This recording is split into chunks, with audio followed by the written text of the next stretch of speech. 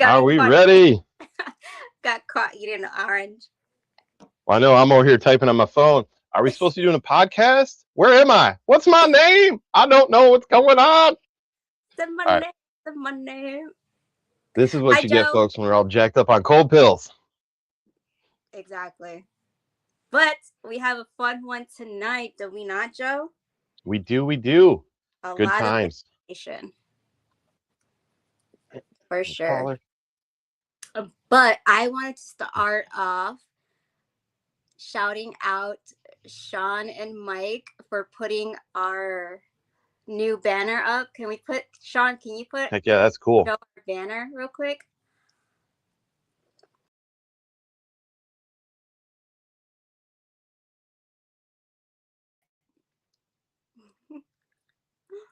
I'm I telling all the don't people know how to it's put you on podcast time. stage and let you talk and be behind that yet. I think I'll have it figured out for the next show, though.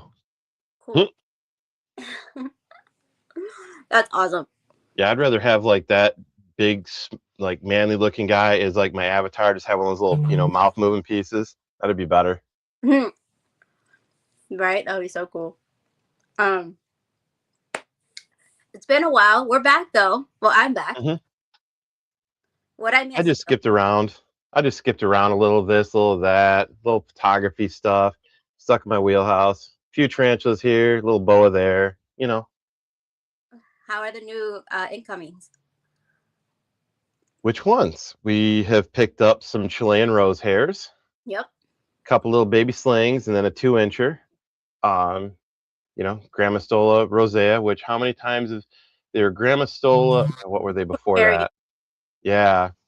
And now they've split it because there's 2 locales of that, and might be picking up the other locale, the more red version, which is still Grammostola rosea, which is tough for me because like you're both Grammostola rosea. Yeah. This is where once again common names versus. Yeah. Yeah. And then might have some Brazilian black slings incoming too. Some Grammostola. I can't reveal my sources, but we found those are getting really hard to find out there, folks. If you find Brazilian blacks of like any age, just grab it. Yeah. Snatch it up. If I never want to talk about animals as money, but let's talk about animals as money. Certain species at certain times, there's going to be rises and falls in them, right? So Brazilian blacks and Chaco golden knees and Chilean rose hairs are all part of the Grammostola group. Pulchripes, pulchra, and rosea. So, can't so proud of me. I'm learning my Latin. I know you got that down. I know, right? I only practice it like 10 times from the mirror. So yeah, at one point in time, especially the roseas were considered like the intro species for people, and they were really easy and cheap to get, kind of like Arizona blondes are right now, and kind of like curly hairs. So yeah, but they fell out of popularity because that's what happens when a market gets flooded, is everybody's got one, so they get bored with it and nobody gets them, so then they stop getting imported. Nobody's breeding them because you can get them so cheap. So when this import export ban in Brazil happens, or has happened, all of a sudden that river of them coming in dries up, and the most popular one out of those 3 is the Brazilian black, so the price went up on those really fast. You looked at just for prime example, I looked at like Marshall Arachnids, Urban Tarantula, Juices, Tie-Dye Exotics, and I'm missing a couple others that I looked at, and like almost everyone was sold out of Brazilian black slings. Some didn't even offer them. So, and the ones that did have in stock were like $100 for like a little baby sling, for a tiny sling, which used to be able to almost get those for free maybe 3 years ago. 2 years ago, something like that. It's not been that long. But that's the same thing. Goody sapphires, the same point in time, were crazy expensive. God, you could find like a 2-inch one for $600 at some places, give or take around there. And now you can get a 4-inch one for like $300 female at a lot of local shows here in Michigan, at least. But I haven't seen a big price difference around. So that's the rise and fall. So The reason I say I'm not talking money, it's that if you get something that's worth a couple dollars in the hobby, it might not be a bad idea to sit on it, get it and hold on to it. Especially, I'm not telling everybody you need to breed everything. That's not, Right. the goal. It's not about making money, but sometimes it's not a bad idea. Like I've got Mhm. an adult Brazilian black and a Chaco females, so I'm going to breed those because that'll put a few more out in the hobby. It'll put a couple extra bucks in my pocket, but not a ton. Not It's not gonna make me rich. I can't quit my day job, and it's not gonna buy me a new car or something like that, or anything even that fancy. I'm not gonna probably get a, maybe you can get a new Xbox out of the deal, but that's about it. Maybe, maybe. But and also remember, if you do breed, something dies. Usually, you're kind of on the hook for it. Sometimes it dies in a certain amount of time, so don't go spending that money real quick. Mhm. Yeah. But I That's why I say if you find a GP, get that puppy. Yes, yes. Yeah. And I say that because that goes in line with the topic of what we're going to talk about tonight. Mhm. Good sir. Who is that? Oh, that's sure. Okay. Um. Yeah. I mean, I have this thing here. I don't know if you can help me out by trying to explain it all, but I have a lot of tarantulas here that Mm-hmm. water and feeding, and all this is going out tomorrow. Shipping finally for good weather to go to shipping to a bunch of customers. But one in particular is going out to someone to a very special place. And I'm happy to announce that I think there's 10, 1, 2, 3, 4, 5, 6, 7, 8, 9, 10, 11, 12 tarantulas are going to a better home. Wait, I think I miscounted. Am I missing one? Maybe. But yeah, all these tarantulas are going to where? I don't know. Somewhere. Maybe a place in Michigan. All right. Hmm. Next tarantula money tip of the day. You wait till Arachnid Cat is having a yard sale, and you go there because she's the only person I've ever met that you got to talk her up on price, because she's gonna play that price down so much. I like to look at it as I don't want to be like everyone, those big name brand people. Mm-hmm. I understand their worth. I understand that. But if it's because it was so hard for me and way back when to get one, I don't want that next person to be like to miss that opportunity. So if I can provide and if I have it and if I could provide something to give it to that person, then I will do that. So yeah. So I wanna say what she's not saying here, folks. She cares more about the right part of the hobby and the animals than she does the money. She's too humble to say that, but that's what it really means. Is that she cares more about the animals and the real part of the hobby, which is trying to get everybody interested and less afraid. And the more people that like what we do in this hobby, the easier it is to make sure we don't get overregulated. Shipments can come in, prices of things don't get extravagant, and you don't have to go everywhere hearing people say, "Oh, I'd kill that thing. Oh, if I had one of those, I'd burn my house down." That's my favorite right there. Right. Um, and so people like Kat help to make sure you don't have to listen to like stuff like that. Exactly. And you know who else is the same way as me? Bull pythons. Sammy. Oh, we love Sammy. Yeah. We love Sammy. Go Oh, check and them out. we gotta get both Sams. We got Big Sam. Love you too, Big Sam. Yeah. Heck yeah. No, this is it's a cool thing. So it's going to be a really neat thing. I found Kat was selling all these, and I've got a friend here in Michigan. I'm not going to name names, but could definitely use a little boost right now. And a person that I trust inherently that's going to make sure some of these animals go to good homes. Yep. Um, Someone that reminds me very much of Arachnid Cat, and I can help keep two businesses going at once. So I said, why not? And I might get to keep a nice little tarantula of my own or two along the way, Yep. which would break my heart. So that being said, um, the the curly hair has already got an awesome home. Someone I've met personally that I know. So that is and it's a really cool thing when you get to move an animal to a home that you know is going to be like a forever home, Right. and that it's going to be well taken care of. That is a cool feeling, Mm-hmm. even For if it's a curly hair. I'm kidding. I'm kidding. I didn't say that. sure. You're basic. That's your basic. I'm a basic. There's nothing wrong No, with and the cool thing is that here's a guy, the person I gave it to, it. Hmm. um, is someone that's got all kinds of different types of tarantulas, and I'm like, hey, would you like a male curly hair? Because he's got a great woman and they got a great kid together, and they have all these cool tarantulas. They're always buying more inverts. He's like really into the hobby, and it's like, hey, how would how would you like a free adult male curly hair? He's like, really? Yeah.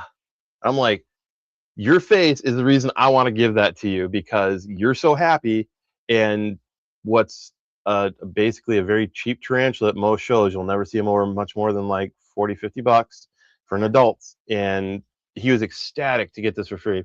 Here's a guy that's used to paying $200-$300 for all kinds of fancy tarantulas, and here's some normal old curly hair. He's "Ah!" And that's what you want to see.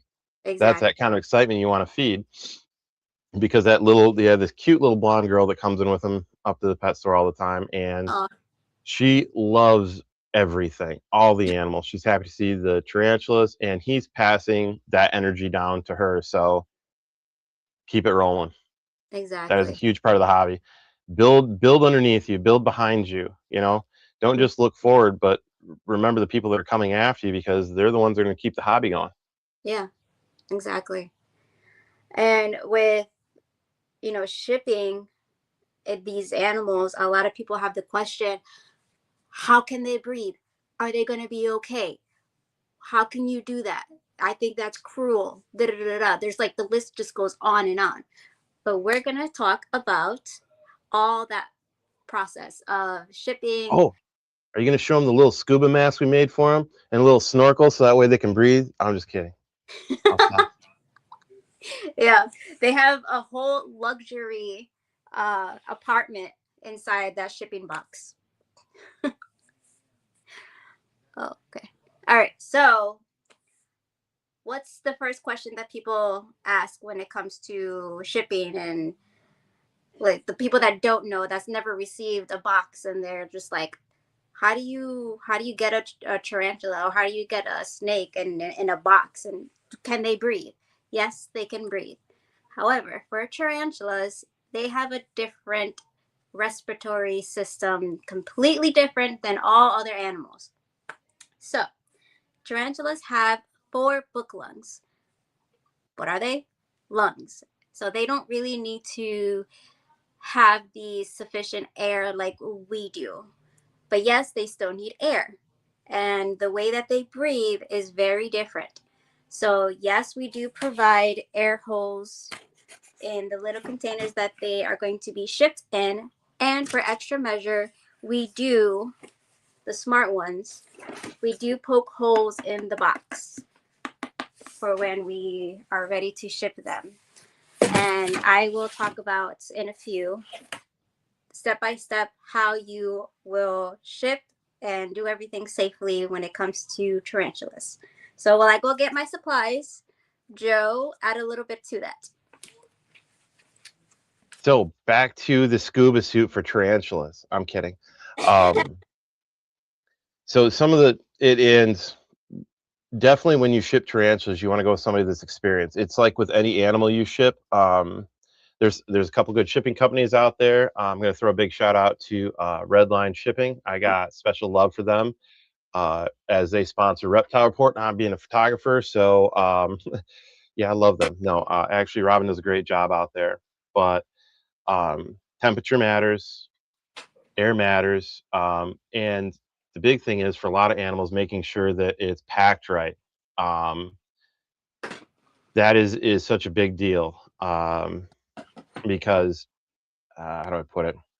If they're an egg, right? Like you're trying to ship an egg, you're not Yeah. just going to let it rattle around in the box. You're not going to have lots of free space for it to vibrate and get banged up. Um, and uh, speed is key too. So making sure you're getting that fast as possible shipping is the other one.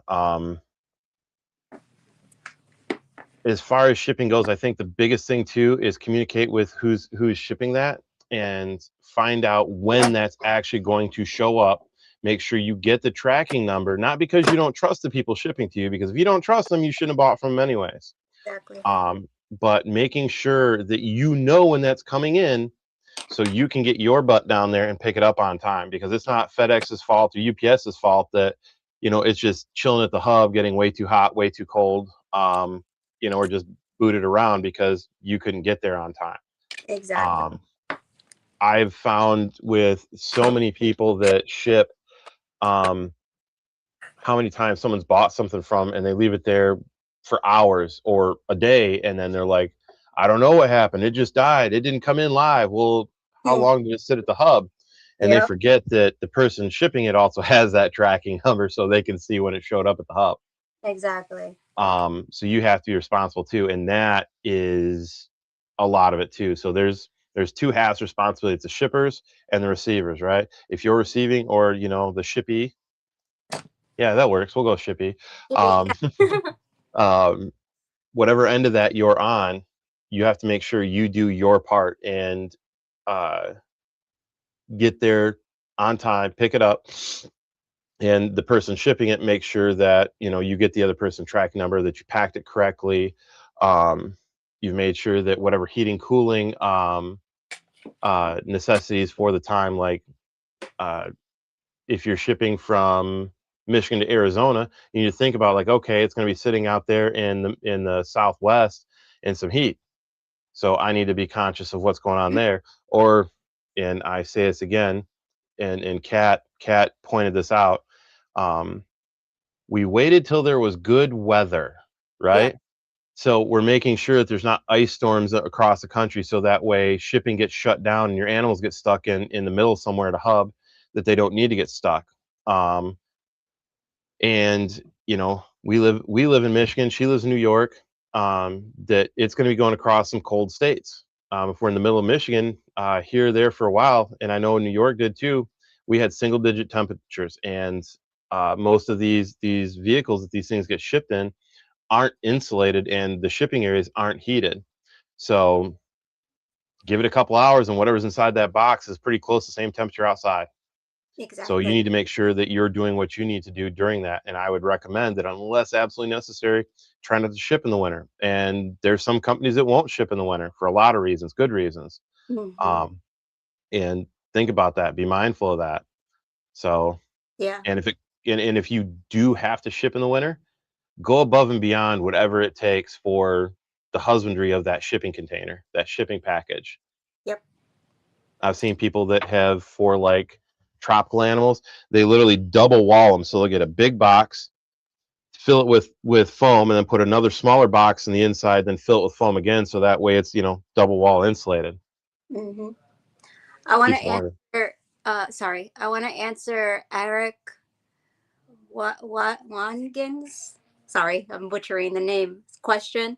The last one that he said was, "What are the recommended temperatures for average temperatures for shipping tarantulas?" So if you're going to be shipping, you do need an account with either Redline or Morph Market, and they actually give you the warning.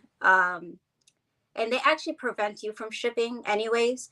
So they will give you like a little warning on the top in red, and it says, "Do not ship during this time," because it's basically a shipping alert band. So you cannot Hmm. ship. Sometimes you can and sometimes you can't, but depends what animal you're shipping. So it will tell you the temperatures when the alert band is off. So once that's off, then you can ship. And the best temperatures is going to be anything above 35 to 40 and above 40. So anything above 40 is good temperatures. And even if you think it's going to be too cold for the animal, because it could be delayed and it could be stuck in the FedEx hub and it could be cold in there. So that's why we use heat packs, which we tape at the top of the foam when you put it in the box. And that heat pack is actually not the ones that you buy at Home Depot. Don't buy those. So the heat packs we're talking about is the ones that you can actually buy from Morph Market or Red Light Shipping, that they actually provide you with that heat pack. And it's made specifically for shipping. So that way you don't get, a bad temperature and then the animal dies or something like that. So I hope that answers that question. Well, and so a lot of these heat packs are actually meant for animals too. Some hand heat packs and stuff out there, off gas, different things that might not be the healthiest for your animals either. Yep. And they'll be trapped in a box with them. So they might release like CO2 that might not kill your animal super fast, but not really any better killing it super slow either. So, and that's for any animal, just FYI. And that's not the only thing that they can off gas. Because their hand warmers are not as worried about it. They can release ammonia, nitrogen, some different stuff in there. Just something to check into. That's why I use ones that are actually recommended by the shipping people. I got you right now. Operation Deeds, Not Words 2 is dedicated to empowering and uplifting disabled veterans and first responders through unwavering support, meaningful resources, and real opportunities that honor their service and sacrifice. Our mission is to build a thriving, impactful organization driven by the shared vision, commitment, and accountability of our team, because when we work together, there is no ceiling on what we can accomplish. We are equally committed to the growth of our team members, actively encouraging them to expand their voices, followings, and businesses as essential pillars of our mission. Being part of Operation Deeds, Not Words reflects great credit upon our members, uniting communities in the Fat Man Nation. Green Line morphs under a shared purpose rooted in service, resilience, and action-driven impact. Deeds, not words. ReptileAds.com is the modern marketplace for buying and selling reptiles, amphibians, and exotic pets. Built by Purple Turtle Technologies, we're creating the most trusted platform in the industry. Join thousands of breeders and collectors on the most trusted reptile marketplace. List your animals, connect with buyers, and grow your business with Reptile Ads. Enjoy your easy access to stores as well as a genetic calculator for your convenience. Stop by and check us out today.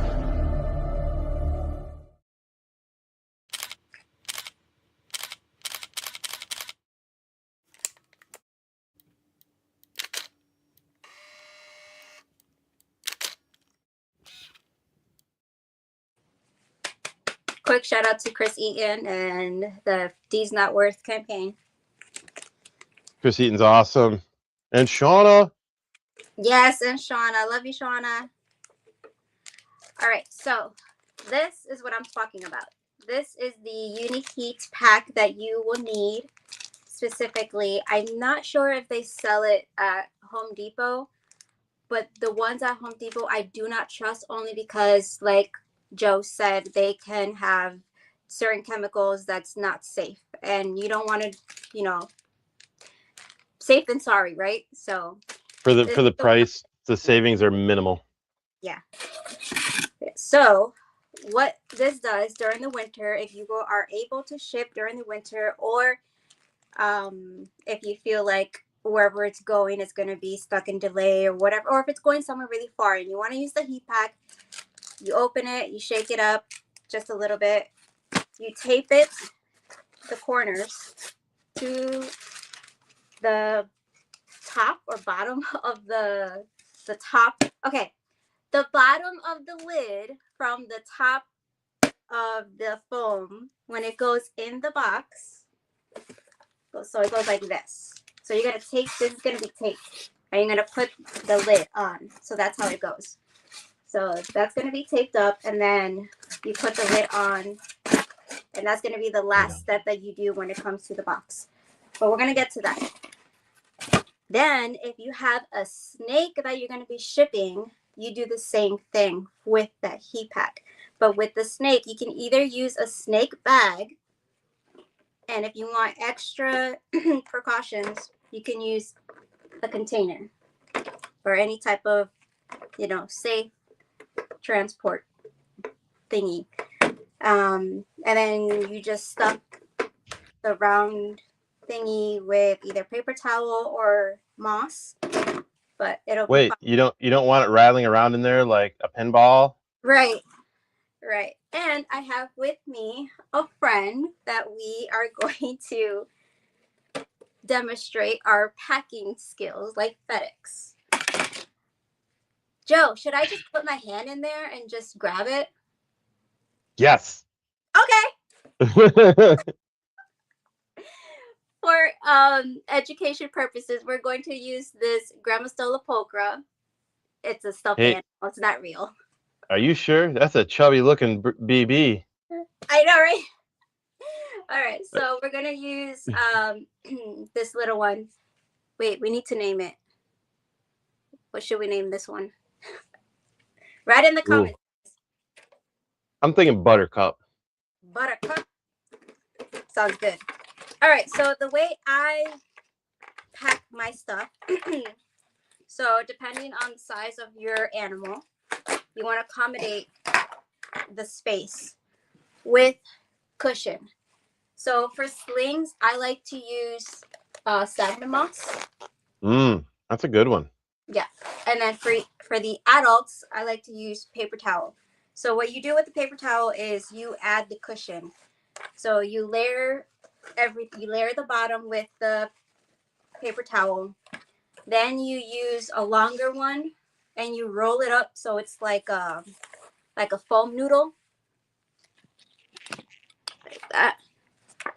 And you just round it out like that. And then you take another piece of the paper towel and then you put the animal in and then you put the paper towel on top. Then you put the lid, put tape around it so it doesn't, it's extra security. Make sure there's air holes because yes, they can still breathe with all that paper towel. Yes, they can still breathe. But before you do all that, make sure you squirt some water, like with a spray bottle, on one corner so they have extra hydration.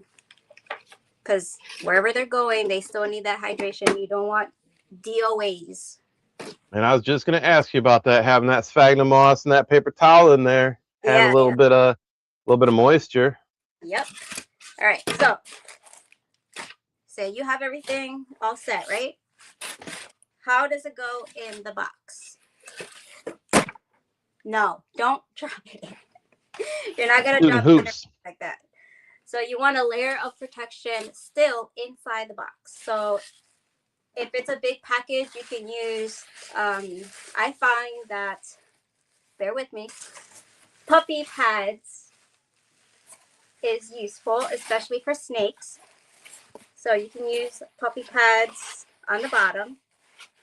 And then more paper towel, or you can use the paper foam, and then you put your animal in the heat pack if it's permitted, or if the weather is okay, you don't need the heat pack. Then the top, close it up, tape it up, add your shipping label. So when you close it up, you're going to add your shipping label. It's going to be at the top. Then you do have to write on the side the scientific name of the animal. And you do need a white box that says live animal. This one doesn't say live animal, but it is a white box, so you would have to write live animal. The reason for that is there's a thing called brown boxing, and that's illegal. So FedEx is the only company that is allowed to ship animals that's, what's that word? Acceptable. UPS sometimes ships, but that's on your own risk. And if it's a brown box, it's illegal. So you cannot ship live animals through UPS or FedEx if it's not a white box. It has to be a white box and it has to say live animal. You do need the scientific name of the animal written on the side anywhere, and your label on top. What else? Am I missing anything else? No. Okay, and that's it. So I would recommend, as somebody that has shipped many different types of things, from parts to fishing rods to you name it, and high-end electronics, you know, like lenses and such things. Um, make sure you use high quality tape when you do it. Do Yes. not be afraid to add a little extra tape. Tape is cheap. Do not assume that somebody, every time that they see, you know, that they handle that box with the animals in it, that they're going to do the right thing. We have to assume that somebody there is going to drop something, something's going to get Yep. slid or banged. So go over everything Kat just said again. Make Yep. sure you pack that well, but make sure the outside of that gets taped really well. If you're like me and have about a third grade education and you never could get out of, you know, writing your letters backwards, maybe type out your labels, Yep. like the name of the animal, the scientific name, i.e. the Latin name, and print it off and then tape that on there. Make or get a sticker. You know, you can print those on stickers now, but make sure whatever you do, you put it on there so it can't get wiped off, washed off, and that they can clearly read what it is. Yep. Yeah. So right here on one of these white boxes, it's either this box or I'll show you the other box. You know what, Mike? Oh, while she's going, I'm going to do a shout out. Look, what's up, Mike Duvall? Big Mike, Sean, thank you for being backstage. What's up, Eric? Pie Man? I cannot remember your name, Pie Man. Sorry, bro. Dwight. Dwight? Dwight. Yeah. What's up, Dwight? And Vance, what's up? How you doing, brother? Hi, Vance. Big Sammy said, what's up? Christina, how you doing? Thanks for showing up, Christina. Okay, so this is the other box. Ooh, we got a good question here real quick. What is it? And I know like Mike Duvall asked it, and I think I know what I recommend, but I want to see what you say. Do you recommend hub-to-hub pickup? I do. Yes. Yes. I don't care what you're shipping, whether it's tarantula, snake, lizard, it doesn't matter. It has to go to the hub. Only the reason why I say it has to be through the hub is because you don't want to prevent both parties a bad situation where it could happen, where DOA happens because there was a delay or something happened. Somebody stole your package right up, you know, on the front porch or whatever, if it goes to your house or if it goes to a different address. So if you want your animal to arrive safely and secure, go through your FedEx hub. They, although sometimes can be a little messy, but it's going to arrive and you know where it's at. You know where to go and it's going to be there. You're cutting hours off of your shipping time by picking it up at the hub. That means it's not rattling around. It's not overnight. Right. It's not on some guy's truck for the next 4 to 8 hours extra till it gets to your house. And that's a Right. lot of time. Ooh, another good question. Sean, how do you ship to those like me whose hub just closed near them? So I would say that, Okay. you know, go to the next closest hub would be my first choice, because it's better that it's riding around in your comfortable climate controlled vehicle if you have to go and pick it up than having the FedEx driver drive to you. Yeah. Yeah. A lot less vibration, climate controlled. Yep. Much safer. Yeah. There is this one company that I personally always trust, and that's Hardcore Arachnids. Tom Patterson. He does the best shipping when it comes to the tarantulas, in my experience. Other companies that I've ordered from, I've had to wait a really long time. One of the companies, I had to wait a month just to get that package. Were they overseas? No, it was like 6 hours away from me. Yeah. But That's insane. yeah. You know, Tom's close to me, so that comes to me quickly. But yeah, so this is the I was saying, live, where it says live. And you can reuse a white box if you get an order and you want to ship yourself. someone to someone else or whatever, you reuse the white box. Just if it has any like extra labels or anything, just cross it out or put a white piece of paper on top, tape it. See, like this, it has black marker, whatever. Just make sure, it's a white box. It says live on it. If it doesn't say live, but it is a white box, write it out, live animal. And make sure you have the arrow pointing up. I have seen a few people out there, now correct me on this if this is okay, but to my knowledge, there's nothing against it. I've seen people out there go and get little orange stickers printed up that say live animal on it, and they put it on every side of the box. So that way there's no side of the box, and they have arrows pointing up so that way they know which way that package is supposed to go. So that way it doesn't get put on its side or tipped over. It has like a this way up arrows, and it's got live animal on it just to go the extra mile. I do know something I've seen in shipping that I highly recommend if you've got decent sized animals.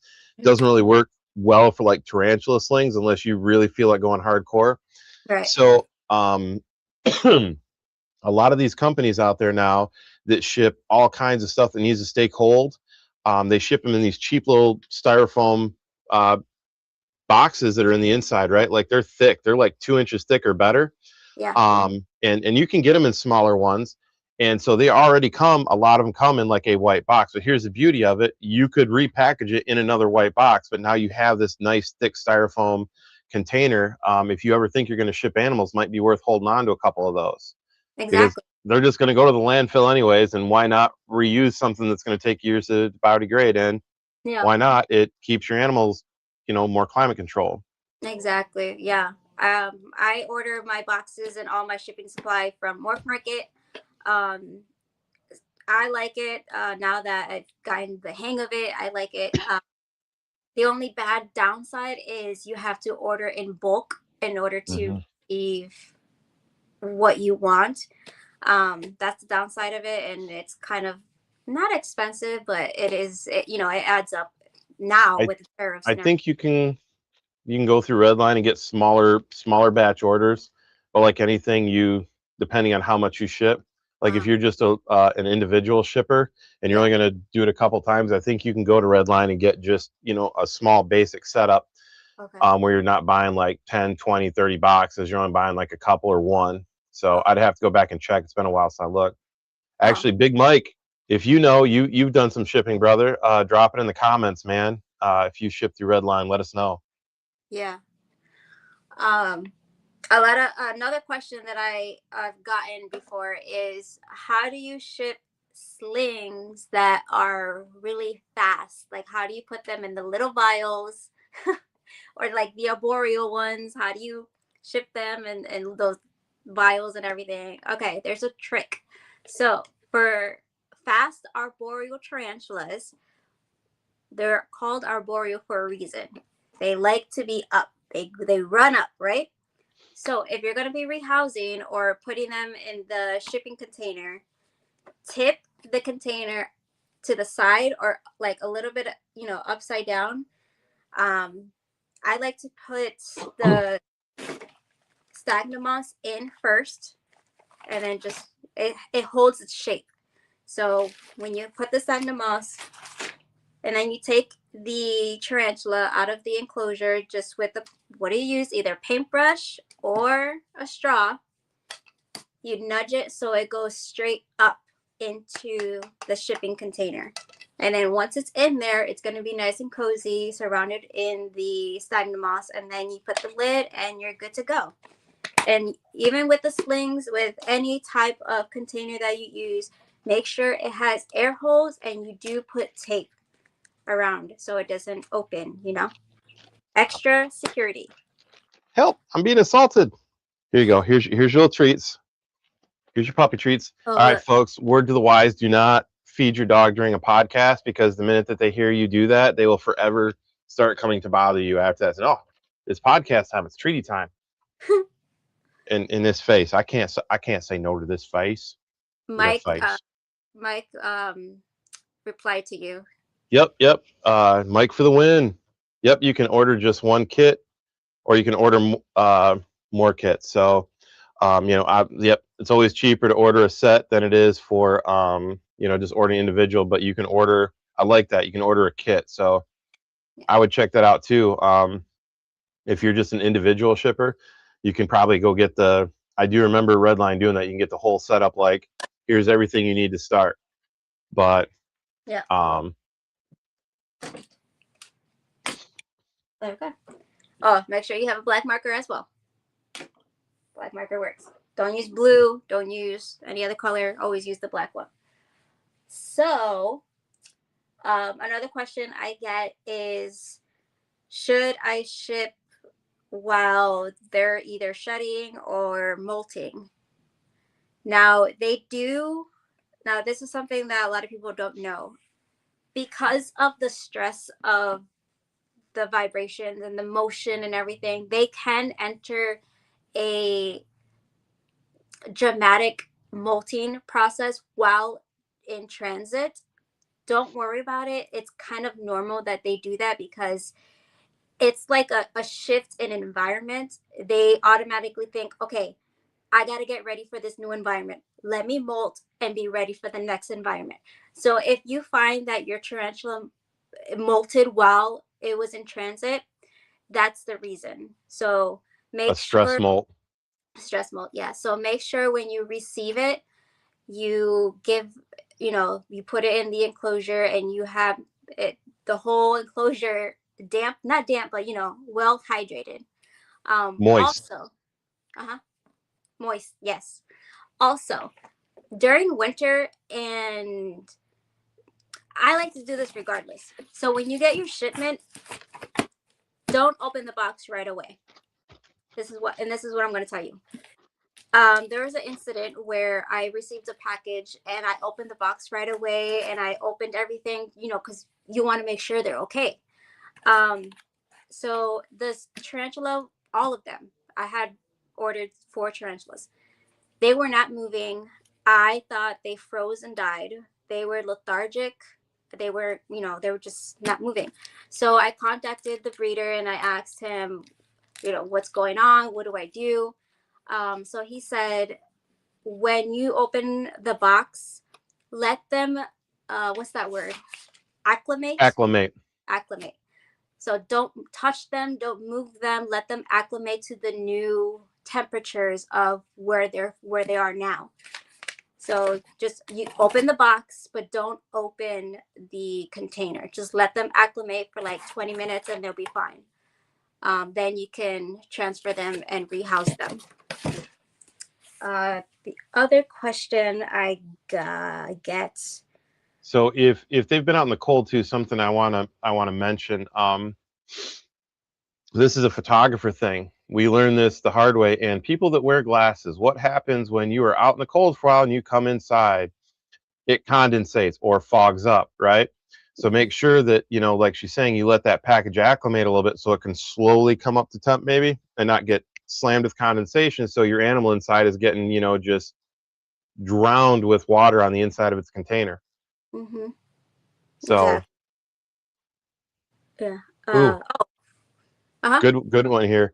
If you use Fatman5, that code at Redline Shipping gets you money off. Oh. So thanks, Mike. Mike is on the shipping tonight. Yeah. Dude, why aren't you on here, Mike? You should be on here instead of me. You know this shipping stuff. Come on, man. Right? Show yourself. Feeding. The next one is feeding. So I have been feeding. I fed last week. I fed last night, some of them, and I'm going to finish feeding right now because I am shipping tomorrow. So they'll be all set. They'll be all set, digested by tomorrow, so they'll be fine. So you want to make sure they're well hydrated and well fed before you ship them, at least 2 days or a day before. That way, when they get to wherever they're going, that they're okay and they're going to be fine. So they're kind of like the opposite of snakes, right? They digest quickly. Their food's part of their hydration. You don't have to worry, like if you're shipping a ball python or a boa or something or a baby retic, that they're going to regurge. So you do the opposite, right? Where you want to make sure that they're a couple weeks out from the last feeding at least before you ship a snake. Whereas, you know, a tarantula, like, no, I want to get you a little something before you go because I don't have to worry about that. And it's Exactly. actually going to help strengthen you, give you vital nutrients to make it through this stressful process. Exactly. Yep. And when you're shipping and you want to feed them, don't just feed them something empty like crickets. No, feed them something that gut loaded. So, wax worms, super worms, my favorite, gummy worms, is the best thing to feed before shipping and after. So, because that has a lot of hydration. So, Yeah, that gut loading is a big deal. I make sure all of my crickets, and I know the upside, I like the smaller ones too. Like when I feed my crickets, I give them some carrots, and they you know, their little bodies start to turn orange because you can see it through them. That's how I know that they've actually eaten enough to be useful. Yep. So we're going to And do calcium blocks. eating. I know, right? All right. Yep, I give my crickets little calcium blocks and carrots. Oh, is that a little Choco? Yeah. Little Choco action? Mm-hmm. Would that maybe be one that's going to make a trip to Michigan? Yep. The ones that would you look at? they're all going. Is that the grumpy one? Yeah. Oh, I can't wait. We're going to be friends. Yeah. Oh, another question is, what if they don't eat? That is totally fine. Some of them Good might question. be right in pre-molt or just not hungry at all, and that's okay. Well, and certain species don't eat a ton, like some of the bracts I've seen, some of the grammostolas, even certain pokies. I've noticed some are big eaters and some are very much not. My two Arizona blondes are not big time eaters. Come on, get it. Don't let it dig. Yay! There it goes. Ooh, is that the other one? Yep. Ooh, they're pretty good size. Yeah, 2 females. Wait, 3 females, 1 male. Yay! Oh, we got it. Yay! I might know which ones are maybe Stan.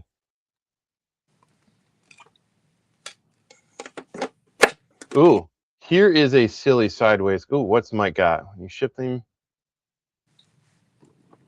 Ooh, when you ship them, do you put a feeding card or information about the animal inside the box? Yes.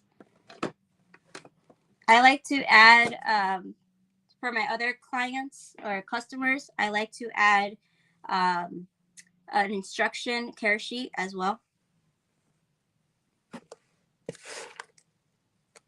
See, I might be a naughty man. If I ever ship, I might have to get like a picture of Bell's lace phase monitor on there, or Bell's phase lace monitor on there. Think they got all happy they got an $8,000 monitor by mistake. Then at the bottom say, just kidding, your tarantula information on the back. This is the boy. I'm a naughty man. Ooh, he's good size. What's he? He's about almost 4 inches, isn't he? Yep. He's big. Yeah. All right, he's all set. I'm gonna feed the slings now. Where are the little worms? This is the little GBB. Green bottle blues. And Green bottle blues are cool. We'll give that to. You know, we should do an episode about like green bottle blues, versicolors, and some of the other like hobby staples that have been talked about, but kind of talk about them in like a group. Maybe that'd be cool. Ooh, okay. Well, like I didn't really see that. more like the traditional, I guess, display species. You know, like green bottle blues, versicolors. Canthoscuria. Yeah. Well, even people think of like OBTs kind of as a display one, but I don't think they're necessarily the best because they hide a lot. So yeah, that might be a cool episode. I love this little Canthoscuria. I've raised it since it was a grain of sand. It's a good size one too. Yeah. I mean, I have a lot of against scariest, so I'm willing to let this one go. That's in how was that, Brazilian white knee? Yep. Look at me go. That I think I see. I've heard mixed feelings on those. Some people say they can be kind of rowdy. Some people say they're great. I've personally mostly seen them as reasonable. I haven't seen anything like too drastic as far as grumpiness. Like they'll kick hairs a bit, but not horribly. They're just very And food aggressive. honestly, I kind of like food aggressive animals. They make me feel good when you eat. Oh. I always end up with the picky eaters. So I'm not mad about food aggressive. That's why they make tongs. This is Look the at you. Yeah, that's the golden blue leg. Yep, hat bacteria puppets. Yeah, which is funny to me because now here's a question from the dum crowd, i.e. me. So everybody that's paying attention, Grammostola pulchripes is a Chaco golden knee. Yep. And say the first word hemiphamema, which is a right. Pulchripes is a golden blue leg baboon tarantula, yep. considered kind of like an intro species by some into the baboon species, and or a good intro species into old worlds, because out of that group, they're a little more relaxed baboon, probably one of the more relaxed baboons. I don't necessarily agree with that statement. I think they're actually kind of on par with an OBT, personally, because I think OBTs their aggressiveness is overrated. And they're not as bad, I think, as what some people say. And the blue legs got a little bit more spice to them, I think, than people realize they do. So I think they're a little closer than what, personally, anyways. Why is that they called both of those pulchripes at the back part of the name, Kat? One is the Latin. Yeah, the second so yeah, genus and species name. So that's why I find so it's in the genus. I wonder what the Latin for pulchripes actually is. It's generally Latin has a meaning. So there's a word attached to it, right? And in Latin. Really? That was giving me a hard time. I'm gonna Google it, Kat. How about that? Okay. Yeah, you do that. Sorry, I'm paying attention to this girl. That is probably good. I want to take it. I don't know. No. We're not going for a walk. No. You can do that tomorrow. Okay. Now that makes sense. What? The specific name pulchripes is derived from Latin pulchripes, meaning beautiful foot. Oh. So pulchra meaning beautiful, and pes meaning foot. So pulchripes or pulchripes is probably more accurate, right? Makes sense. Yeah. I've heard it called pulchripes, and I've heard it called pulchripes. So that makes sense. So Chaco golden knees, right? They have all these beautiful markings on them, and golden blue legs. They're specifically talking about their feet. So that makes sense. Yeah. The magic of Google. Makes sense to me. Right, I just remember from school that all the Latin has specific meanings. So 5, 6, 7, 8, 9, 10, 11. Okay, so you're getting 11 tarantulas. Ooh, baby. Look at those pretty ones. They're all mine, folks. All mine. I know, right? Like some of them are gonna get new homes. I'm sitting here looking but will they though? Will they just maybe stay here? Maybe. Menicel herpesity Banna. Okay. What? I'm looking at somebody jumping into the comments here. Hi. Love my GBBs and my yeah. Hi, Banna. Do you know Banna? Yeah, she was on my show. She's from Uh-oh. the You Down with OTP? Yeah, you know me crew.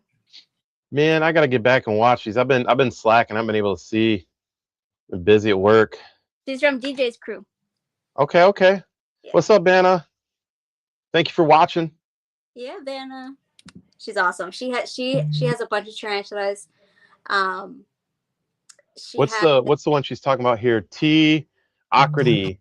Oh, the T. Oh, Acne. Yeah, it's a type of avicularia variant. They're very colorful. They have like arrows on the is that the one they one of the ones they reclassified and pulled them out of the aviculary group and reclassified? Yeah. Ooh, is that the Amazonian pink toe maybe? I think so. It's like If purple. that one, that's super pretty. Arrow black shapes on their legs. I think so. Like if I'm thinking if it's the one I'm thinking of, because folks, there are so many awesome tarantulas out there. Like I literally thought about this today. I think I'm gonna go by genuses first, like Grammostola. I'm gonna go get like all the Grammostolas printed off on a paper and all the Pulsotheria, all the Theophosidae, the I can do it. Darn it, the Brazilian the Arizona blondes, Aphonopelma. Thank you. I was not even close. Yeah, just go down by that, and then number one, it'll help me practice saying it, and I won't go all the time. But then it'll start helping me learn. But some of these have just like the avicularia group has just a bajillion in it. Yeah. Like there are so many versions of the avicularia. Yeah, Aphonopelma, Grammostola, and the avicularia. There's so many, and I'm just like in my mind now that when I was thinking about the Arachnids, how quickly I memorize over 1,000 species and genuses in my head, like, and I could just look at one and be like, oh, yep, that's this, yep, that's that. Yeah. Well, then there's the Psalms group. Yeah, there's just so many. Did I say the Brachypelmas? I don't remember. But there's a ton, folks. And that's just like, I think I just stuck to New World there, and then you get to go back over to Old World. No, I did say Pulsotheria, so I got one. Hey, right? Yeah. Yeah, you're right, Sean. She is a boss. Yeah, Cat's the boss.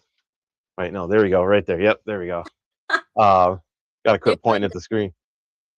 Yeah, Sean, I'm sending yours out tomorrow too. So, where's the other one? Oh, she's up there. Okay, yeah, she's good. They're doing good. I'm sending him a pink toe and a baby Aphonopelma Arizona, and never mind. That's a surprise. I love it. You're surrounded by tarantulas. Awesome. So, I'm in heaven. Sideways little story here. Not too long ago, somebody asked me when they found out that I did photography, and because they see my shirt and it's got a big tarantula on our new logo here in the center. And I kind of pointed like there's a snake, and they're like, oh, that's a, like, I'm doing it backwards. There's a snake and a tarantula. It's kind of what we do. And they went, oh, do you have your own? And I'm like, yeah, I love all these animals. They're great. Yeah. They said, what do you have? I said, oh, we got one snake. We got a couple of leopard geckos. I'm like, oh, okay. I'm like, somewhere 20-ish some odd tarantulas, and you watch your face go, yeah. And they literally went like, how do you sleep at night? And I went, amazingly. Yeah. I said, like a baby. Yeah. And they're like, I'm like, listen. I said, so we had a pizza delivery guy, I'm telling him, show up to our door the other day, and I was rehousing a tarantula. And he kind of looked and said, oh yeah, just rehousing tarantulas. No worries, my son can get it. And he looked, he turned like so pale. I was worried I was going to have to really pick him up off the ground. I thought he was going to pass out. And the amazing thing is, people are, it's not the best thing, but I kind of like it. It's better than a security system, because people are never going to break into a house that's guarded by like a bunch of tarantulas. Yep. Like a baby, I told them. And they kind of looked at me and went, that's true, because I don't want to break into your house ever. Like the thought of that just scared. I'm like, exactly. Get yourself 7 or 8 tarantulas. All you dads out there, get your daughters into tarantulas, man. You never have to worry about any boys coming knocking when they shouldn't. Mm-mm. Exhibit A. I've been single for over 20 years, and I've had Oh, it. get out of here. Oh, man, you're too cute. No way. What's up, Will? Hey. Another tarantula loving friend. Go Yeah. check out our buddy Will at the Python portal. He does a bunch of our ads and stuff. We greatly appreciate him. Thank you, Will. Will, how's zebra cake? He has a Canthuscaria geniculata, and he named it zebra cake. Oh my gosh, it's so cute. Zebra stripe. Yeah, the Brazilian whitney. Okay. Yeah, What are you doing? You already gotten all your treats. Sorry, no, yeah, he named her zebra cake. It's so cute. That's an awesome name. Yeah. Yeah. See, I've had decent luck with the white knees. They're like a little bit more relaxed version of like a red leg or a fire leg or red knee to me. Like they'll kick a little bit for the most part, but most of them, if you just give them like a couple seconds to adjust, they'll let you do stuff. I've never had one like threat display me either or anything. I've had my Arizona blondes threat display me a couple times, which is the cutest thing. I'm like, why are you threat displaying me? You fall off your own log. Yeah. Oh, I love her to death. Yeah. My Canthuscaria, she is famous on my channel. Beetlejuice, she's huge. I love her. She needs a boyfriend. Come on. She needs a boyfriend. So if I see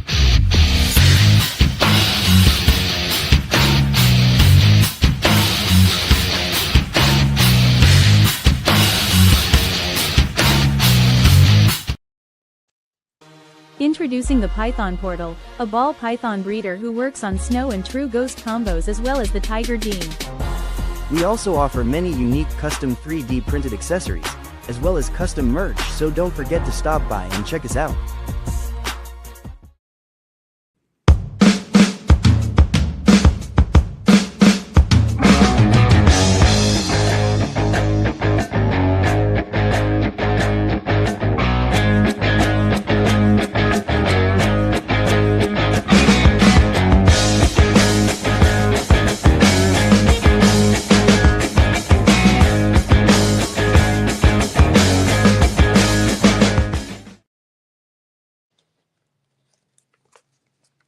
Yes, she needs a boyfriend. So yes, we'll keep our eye out. So that's like a really, I didn't understand it until I got more into tarantulas. Like one of the coolest things about the tarantula hobby is that there are a large group of people. Get rid of the negativity, the naysayers, the problem children. Just let that negativity flow around. You don't even be a part of it. But the good core group of tarantula people out there are an amazing group. And one of the things that they do is the downside of having tarantulas, that the males typically don't live as long as females. And once they get ready to breed, they'll go into their last molt calling. They get hooked out. Yep. And depending on the species, sometimes anywhere from a few months to maybe a year to live, depending on the species, give or take, when they hook out. Yep. I think I've heard some of the Grammostolas can live a year plus. Yeah.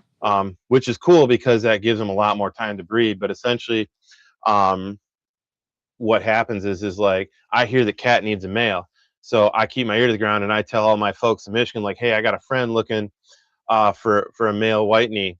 They'll laugh at me because I won't use the right name. They'll be like, a what? And they'll force me to use the scientific name. Yeah. But then I'm like, hey, I need one for my Brazilian black. And so then Kat goes and tells all her folks in her area, because we live in 2 different states a ways away, that are looking for that. And then we go into, how does Kat or Joe ship an animal back to it?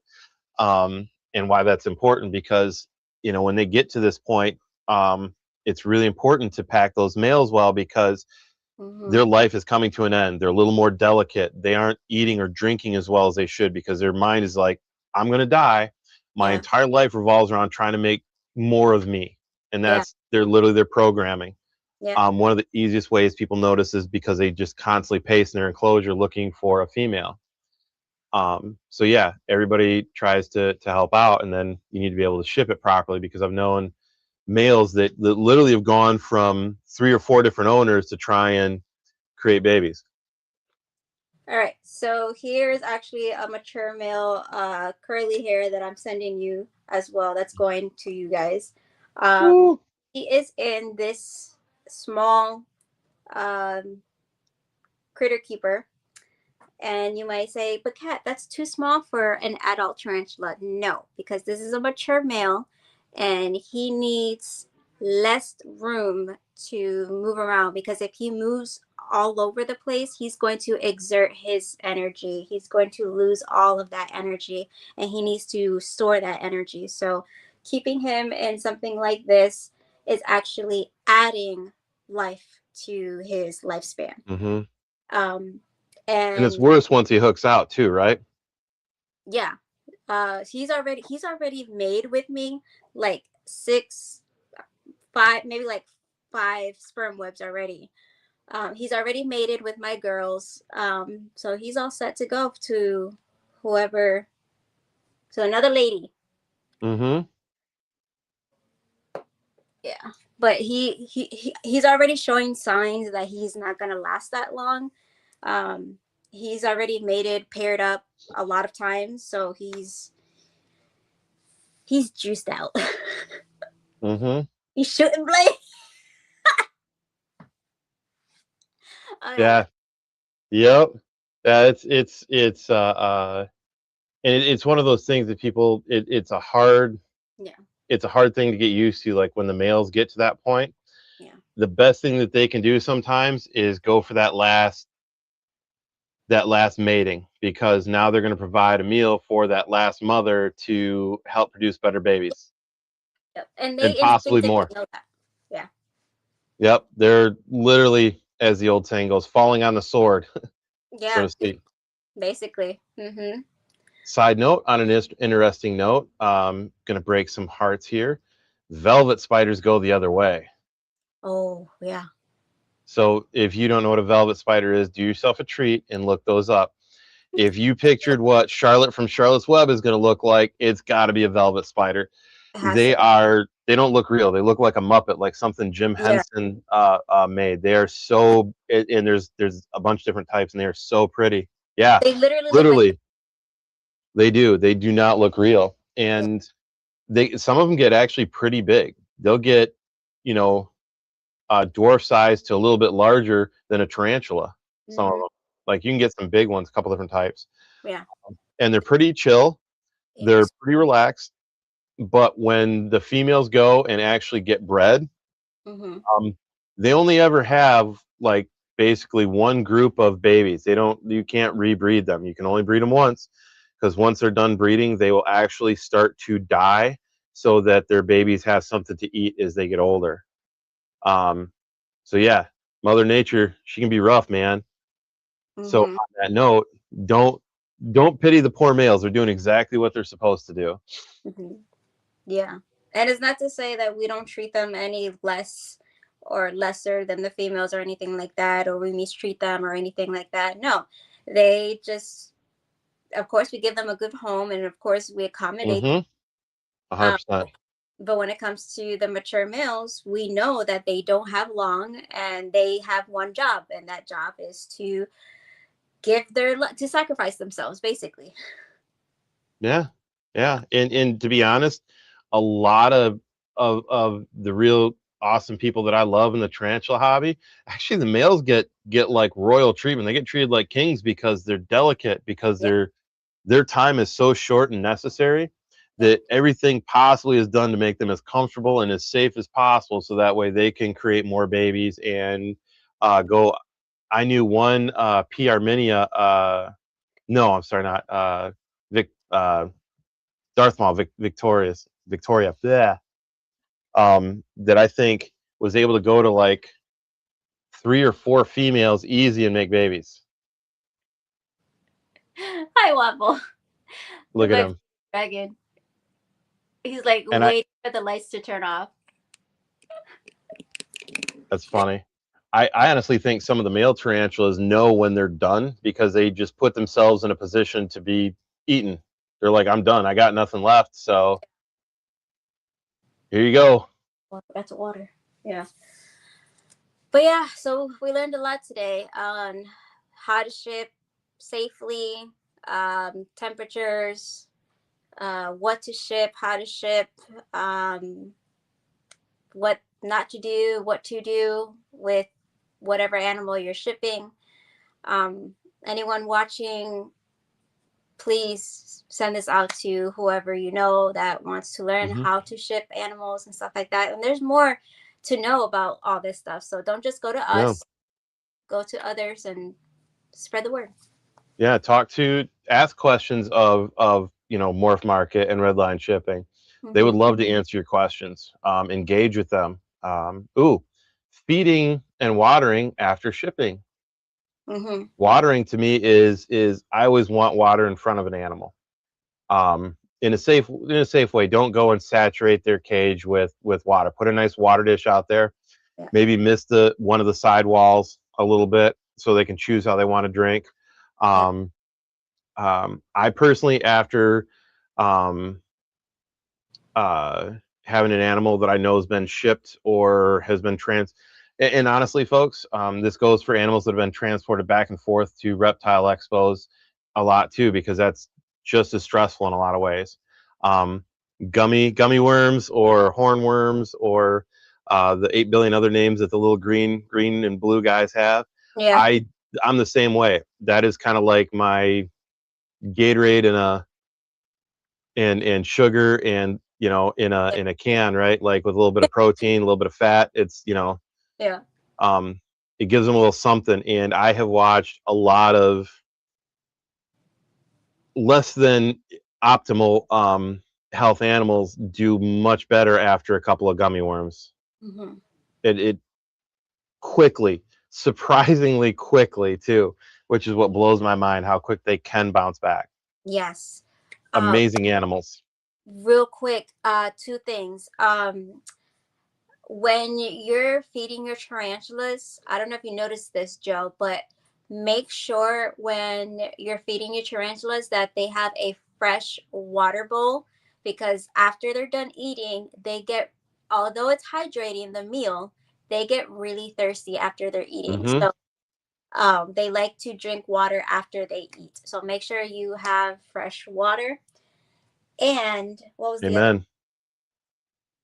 So FYI, I want to throw some out here to everybody.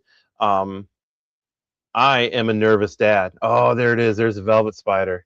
And honestly, folks, that isn't even like the best picture one. They come in colors too. Yeah. The males are the red ones. The ladybug type. Ladybird ones. Yes, that's the male. Yep. I change my water frequently. Like when I say change my water, it gets taken out. I get, we got a lot of calcium here, so it gets cleaned out. Not calcium necessarily hurts the animal, it just looks gross, and it's one more place for bacteria and crap to hold on to. And my animals get watered daily.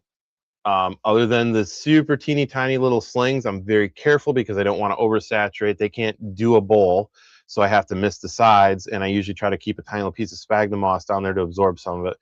But other than those guys, they're like every other day. But everybody else gets brand new water every day because I'm nervous. I want to make sure they have fresh water, and guess what? Fresh water daily doesn't hurt them, especially during winter. Yes. I don't care if you're in a northern or a southern state. Like winter is always drier. Yeah, always dry. What's that, my cat? I have little water dishes for some of my smaller teas, little bottle cap size ones. Yeah. And those things will drain in almost a day. Yeah. That was how dry it was up here in Michigan. Between the furnace going and the dryness outside. Yeah. So there were a couple of them. I'd go to work in the morning and water, come back from work at night, water. If you're plant people, it's you'll notice that too. Like I'm not much of a plant person, but I got a few, and I'd notice like I'd come back and the top already looked dry like the Sahara after me being gone for 10 hours. Exactly. Like, water. And if you have one of these heaters, it's gonna dry out even faster. Oh yeah. I got one of those. That definitely did it. Yep. I did that to keep some animals at optimal temperature, and I had to I literally had a hydration system built in to go on a timer. Yep. And I kept upping the amount of water it was putting out there. Let me turn off the lights for my bearded dragon. He's like, turn off my lights already. That's so funny. Beardies are Same such thing. characters. Yes. Oh my gosh. Look at him. Look at it. Look at that thing. That's my nephew's bearded dragon, but of course, he's here. I take care of him. There. Oh, he's a happy nephew. Yeah. Okay. Waffle, we're going to nice. Say goodnight, everybody. He's just looking like, what are you doing? Where's my boa?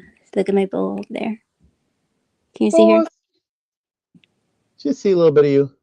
Yeah. All right, Joe. And everybody. Oh, I got a special delivery. I didn't get to show you this yet, Kat. Got a little gift from a friend here because the size hasn't been doing super well at the store because they're unfortunately or fortunately, depending on how you look at it, a little too common.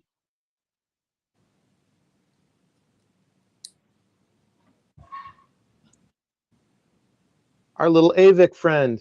Oh. Well, Avic Metallica. Metallica, yeah. I always remember it. It reminds me of like, wait, am I saying Metallica like the band, or is Yeah. it not supposed to be like the band? Yeah. They're usually called the M6. Little friend. So you'd be super proud of Carrie. A lot of people that are new. Some pink toes like to jump, just like that. Poop cannons. Yep. You know, honestly, I've never had that problem. I know they do it. I've heard people talking about it. I've been lucky enough not to have to deal with it yet. They do like to poop everywhere. Yes, they do. More than any other arboreal tarantula I've had. Oddly enough, one of my Arizonas likes to poop on the side walls. Gets up high, then poops on the side of the walls. I'm like, you're terrestrial. Go down. Stop. I know. They always have a favorite spot to poop in. They do. It's crazy. But yeah, Carrie did super well. She was looking at it and it decided, like, I want to go see you, and jumps right on her shirt. And she didn't even freak out. She's like, oh, there it is. Nice. Good job, Carrie. That's awesome. So pink toes are very jumpy, which some people dislike and makes them nervous, but I don't mind. They're strong. They're fairly accurate with their jumps. Not like a jumping spider accurate, but pretty accurate. And they don't bolt like a David Bowie would, or like some of the faster baboon tarantulas, right, or even as much as like some of the Pulsolatherias that get out open. So they're not. And the other thing is, like, they're one of the, they don't have a ton of urticating hairs, which is also really nice. They have them on just parts of their abdomen or thorax. Can't remember. It's not much. It's the abdomen. Yeah. And it's not very much. And typically they're only going to rub them on you if, like, you're forcing them to do something they don't really like. If they can move, they'll just move. I've had a lot of great luck with pink toes. All right. Sorry, he was being extra. Oh, we can't see yet. Sean, we can't see her.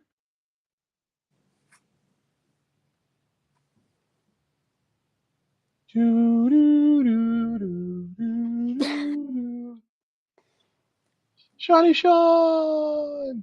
I think he left the building. Right there he is. Yeah, I had to get him because he was scratching at the window to come out. He wanted to come out.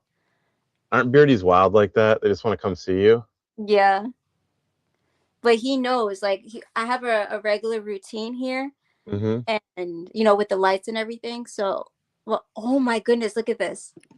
Oh my gosh. Hold on. Okay. I don't know how well you can see that. Oh, right on the side of the wall there. That's Helena.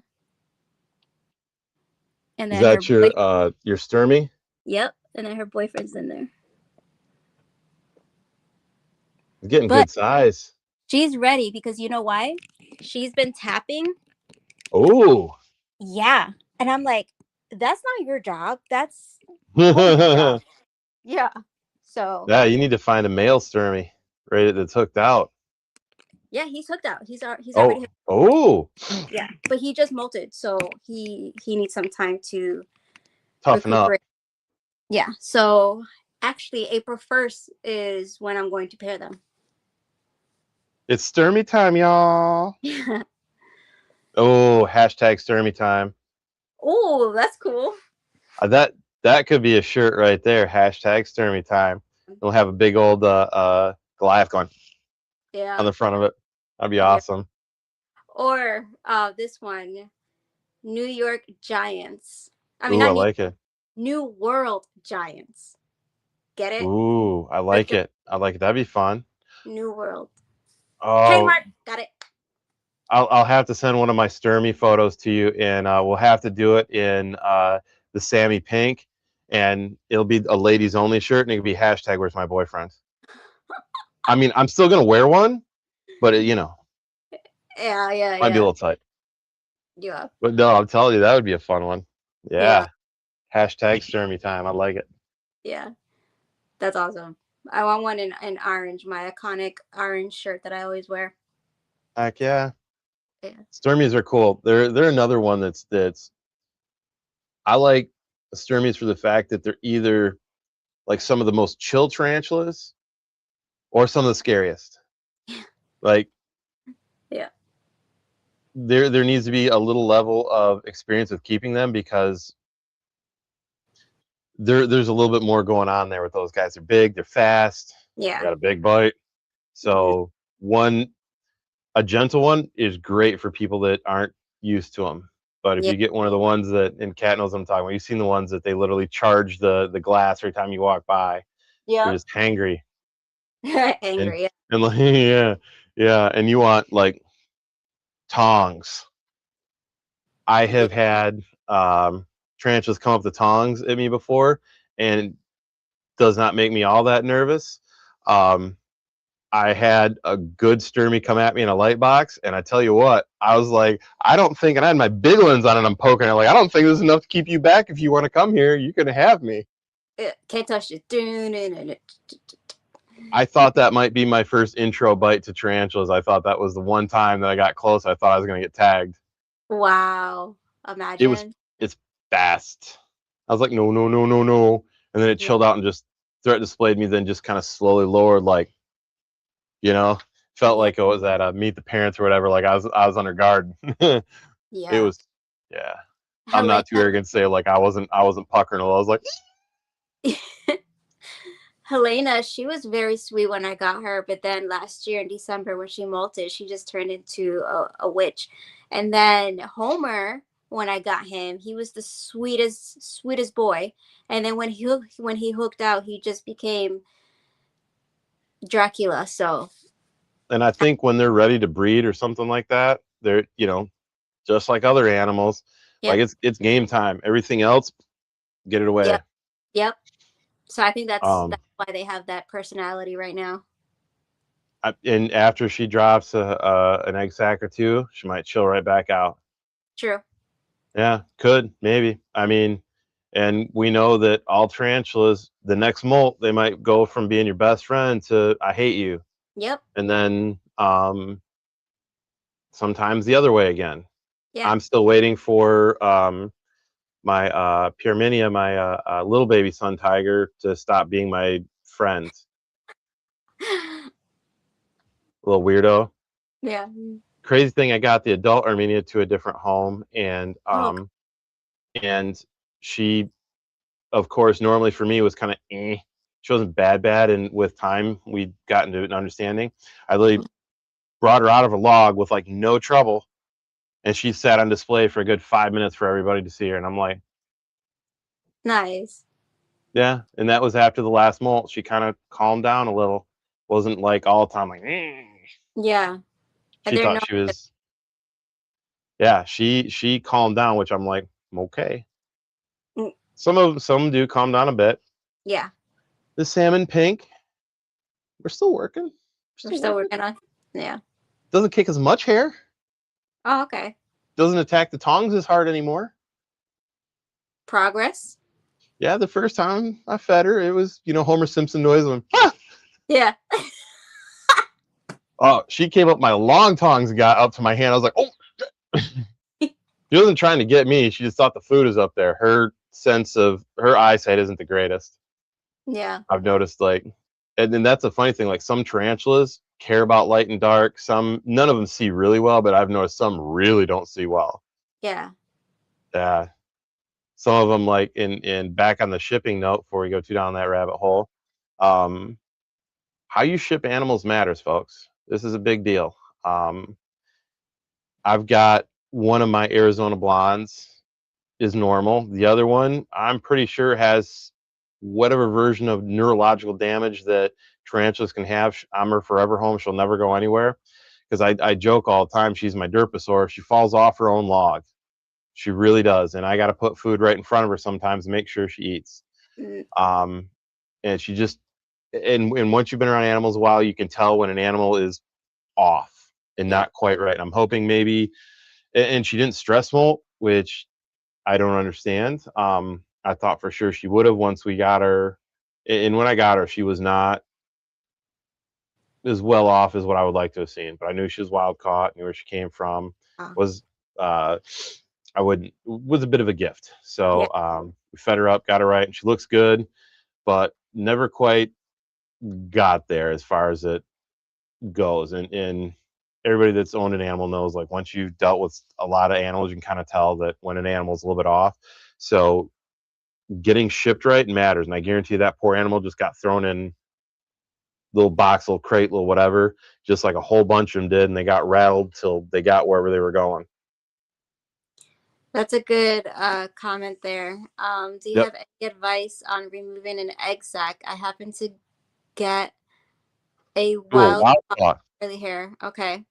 And she just dropped an egg sac 4 days ago. Maybe any tips on removing it? Yes, removing it.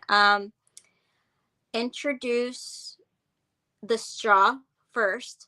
So get your paintbrush and your straw and the tongs. So either or, use either or.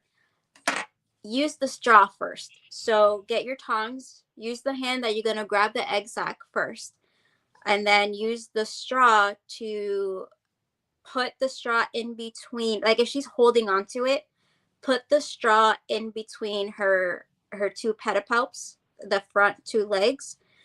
Hold it down and then grab the egg sac carefully at a corner, and then just yank it out. Don't worry, the eggs are going to be fine. Just yank it out and hold the tarantula with the straw. Or introduce a big, big, big food item. And if she takes it, that's your opportunity to get the egg sac. Another method is,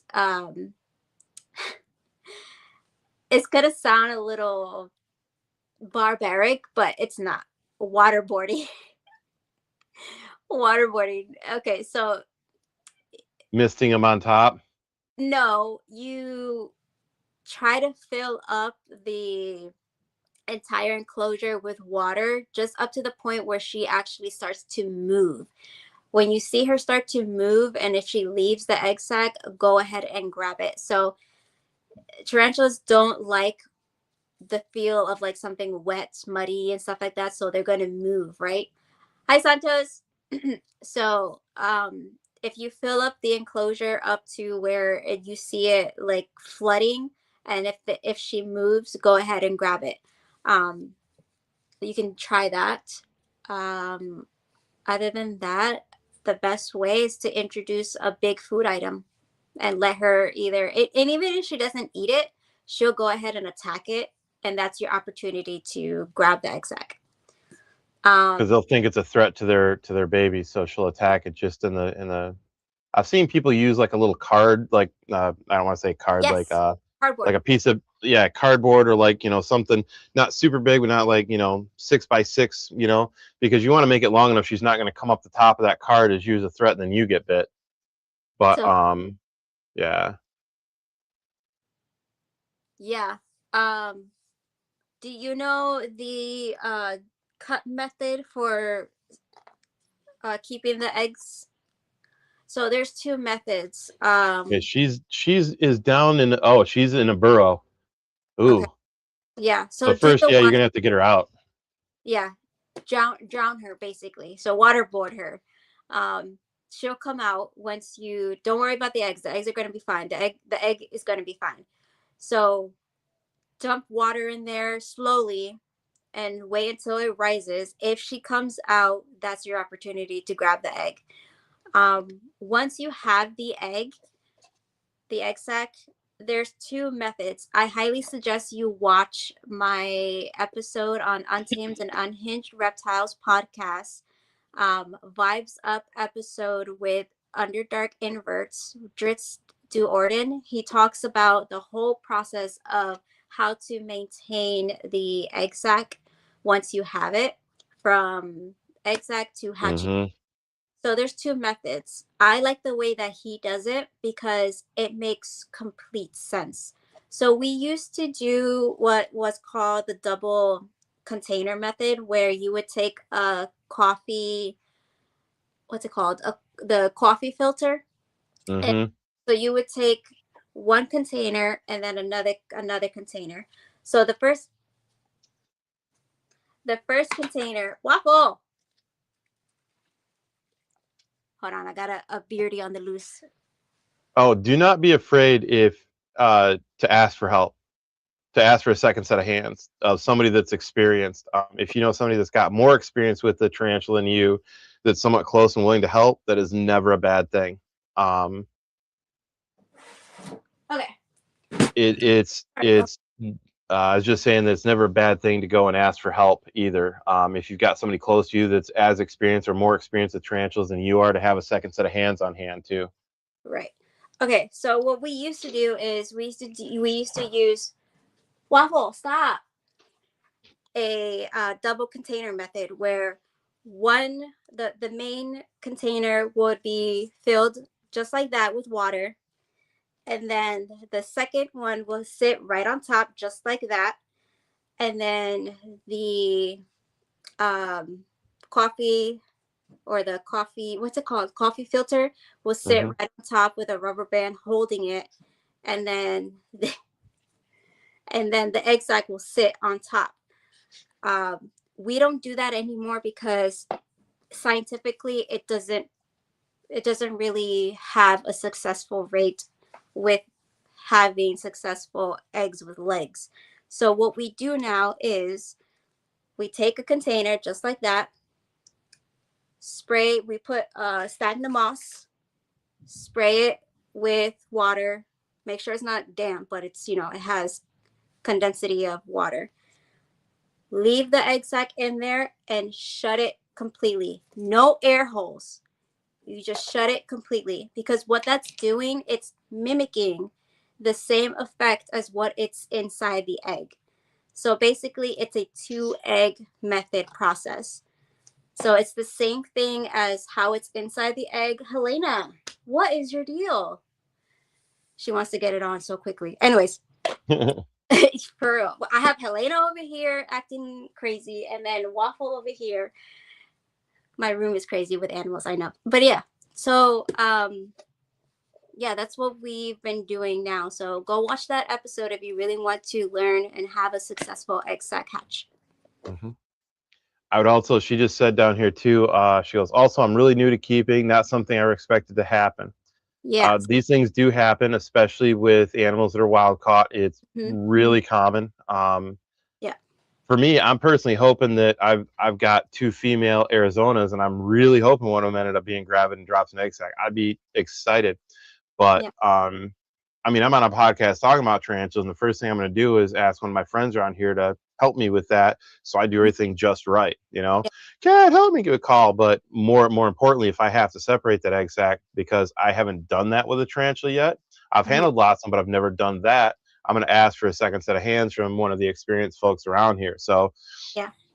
I cannot recommend that enough. If you've got somebody close to you that's got more experience, that's willing to help you out, I would definitely that's one to use up that freebie help card. Yeah. For the babies coming, for the adult tarantula, for your peace of mind and sanity. Yeah.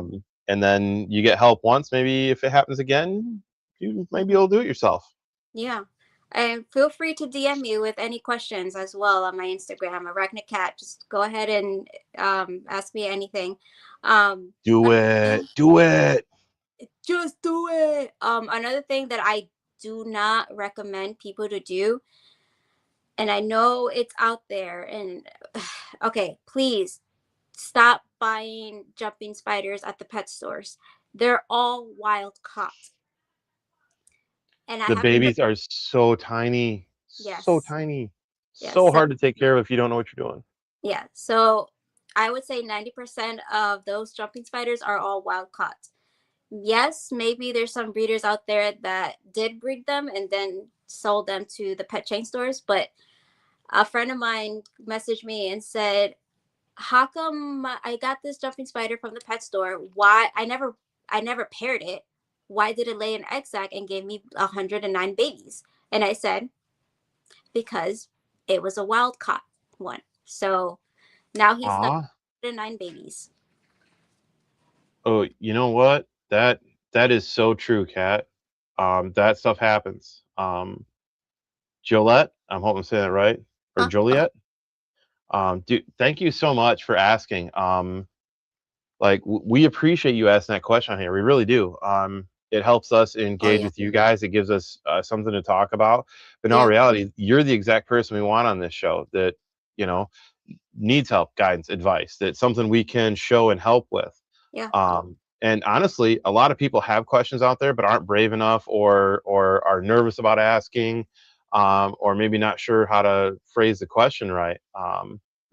Or maybe didn't think about it. But yeah, no, that's awesome. Thank you for asking that, and keep asking questions if you got questions. We love it. And she looks like she doesn't have anybody really close. So definitely, Kat is like, they literally have just a couple people that I ask like my high-end tarantula questions to, both of sisters to me basically. Angel Winnick, if she's out there, you listening, and of course my girl Kat. And free advice is awesome. So definitely reach out to her. Yeah.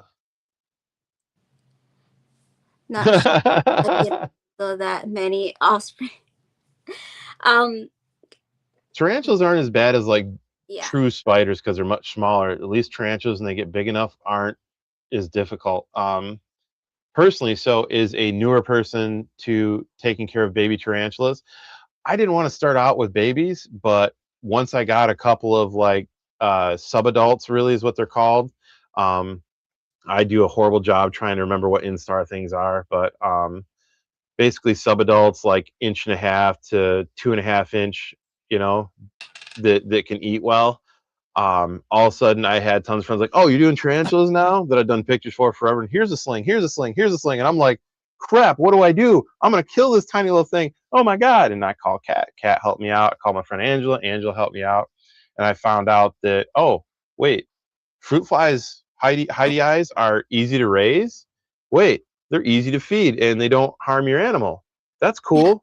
So then I found out it was actually really easy to feed them fruit flies. They're super happy, and the fruit flies just die off in their little container when they've eaten their fill, and you do that every so often and they're fine. And even if they are alive, they can't hurt your sling like a cricket can or a roach can.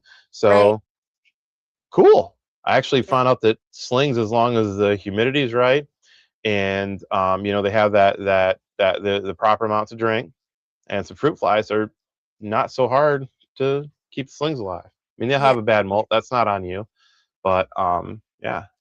Yeah. So and just, go ahead. I'm gonna say, honestly, for a guy that had never kept slings before and I only want adults, and that's like my big, like anybody that knows me at all in the hobby, my thing is like, the first question I ask, like, I got this. I'm like, is it an adult? No. But I say this and I just got a bunch of more slings Yeah. coming. So because I just started up my fruit fly cultures again, and I'd literally just gotten all my slings up into sub-adults where they all ate crickets and we're done with them. And uh, now I'm back into fruit flies again. So it's not as bad as what you think. Okay, so you said it's a curly hair that has the egg sac. So the Tillicado abopolosis, they have range between 80 to 100 babies. Okay, so the consensus is when it comes to how many eggs are viable and how many babies will survive after eggs with legs and hatching and instars. So the consensus, for example, the Theraphosa, the Goliath bird eater, they're typically have 1,000 babies. You will never get 1,000 babies. You will probably get 800, 900, because of the variance. You have the ones that are viable, the ones that are not viable, that didn't make it. So, okay. So yeah, you're going to have probably between 80 to 100 babies. And it could be a phantom egg sac where there's no babies at all in there. So if there are babies in there, I wish you the best. It's a lot of work. After, like, you do have to wait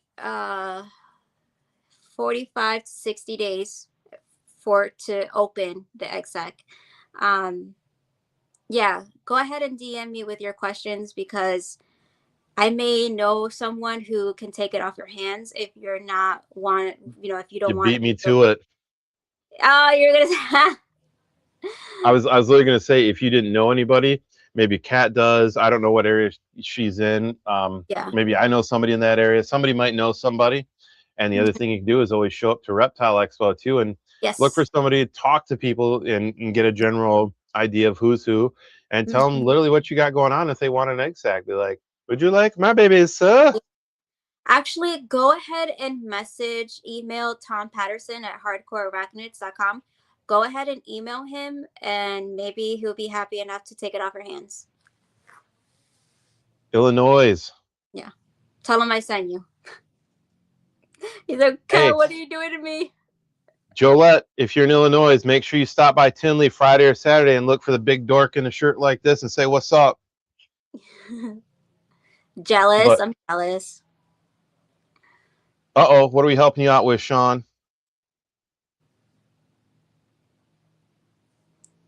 Also, the store said they would take the baby. Oh, okay.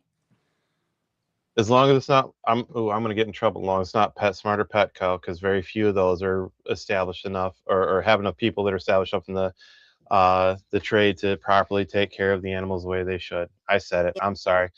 that's Don't true. sue me, Petco, PetSmart, for the truth, please. That's true. That's true. Oh, yep. Yes, ma'am. In Tinley. What's it? You said. Sorry, baby. Tinley Park, Illinois. That is the NARBC. Yep, National North American Reptile Breeders Conference. Yep. Yeah, we're both looking up at the sky, like trying to. Conference Association. Yeah. So is Tinley Park the biggest reptile show in the U.S. now? Yep. You have Pomona and you have Tinley. So Tinley is the #1 expo. Then it's the Reptile Expo. Show me reptiles expo. And then the local ones around the states. So Tinley Park's kind of nice because even though it's a huge reptile show, and I mean it is huge. Also, anybody out there, well worth the money to pay extra if you can afford it for the VIP passes in there, because you skip the enormous lines getting in there, and you can get in on Friday too.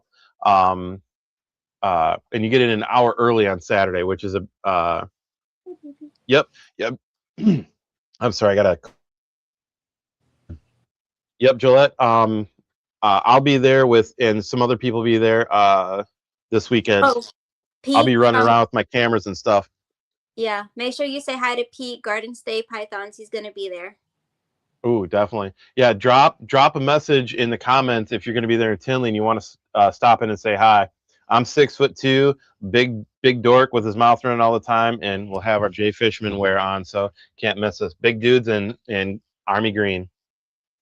But yeah, Tinley's awesome because it's kind of like getting that whole Vegas feeling without being stuck in a giant town like Vegas. Exactly. Right, you go down there and you get the whole big show feel. You get the whole fun of a giant expo. But once you walk outside of there, you're not dealing with all the other things that surround something like that. You're not right in Chicago. There's decent parking. There's food around there. Everything's fairly easy to access. So it's pretty cool. Yeah. And I want to do Daytona one of these days just because it's right on the beach. So heck yeah. Heck yeah. Hopefully I can Sweet. go to. What's that? Hopefully I can go to Daytona. That'd be awesome. That'd be awesome. No, oh, cool. Yep, we'll see you there, Gillette. But Cool. no, it's come hang out. I'm gonna go talk to tarantula people. Man, I got a nasty cough. I'm telling you. Well, I think we've hit most of everything that we needed to hit. Oh, there's one last thing. Yeah. Crazy important. Joe is looking for an adult. Oh crap. It's a Goliath giant. I gotta go look up my notes, cat, because I can't remember it's a Aviculi. So if anybody knows adult ones, what did we do with it? Yes, Aviculi brashushininini. Jurensis? It's BRAUNSHAUSENI, also called the Goliath pink toe. Oh, okay. Wow. I cannot say that word. That looks closer to Japanese than Latin. A male or female? Female, preferably. Oh, But okay. I'm looking for an adult, and that's the problem. There's not a ton of those out there. Everything I like is just not common as an adult for sale. A lot of yeah, I've got a big list of. That's all avicularis I want, Cat, right there. That's just avicularis. So there are the Goliath pink toes, the royal purple, the cosmic dream, the Goliath woolly red leg, purples, giant blue grizzled, the royal blue gem, tiger flame, and the yellow banded. I got an expensive wish list, ma'am. Yours. I want all the horns, the Ceratogyrus. Those are even a little more difficult to get. Yeah, the Ceratogyrus antenotifer is the rarest one in the world, and nobody's breeding them. Nobody knows if it's extinct. Yeah, some of those are tough to get. Some of those are really tough to get. Those are my favorite. I'm sure we'll see something, and we need. You know what? We need to start doing that. In the comments, if you're looking for a specific type of tarantula, give us the common name, but more importantly, the scientific name. Leave it in the comments so other people can see it that you're looking for it. Yep. You use our podcast as a little sounding board for all the other tarantula people out here. I'm looking for this in male or female, both. What age? You know, all the specifics. Yep. And it's amazing when you start using that network how quickly you can find things. Yeah. And if you want to do a breeding loan with whatever I have, send me a message. If you want to do a shopping spree in my closet. What now? What? What'd you say? Shopping spree? What? You have enough already. What? Did you just... All right, folks. She did a naughty. You never say it to another tarantula. You got enough. You got enough. Get out of here. You don't got enough. Wait, is my wife listening?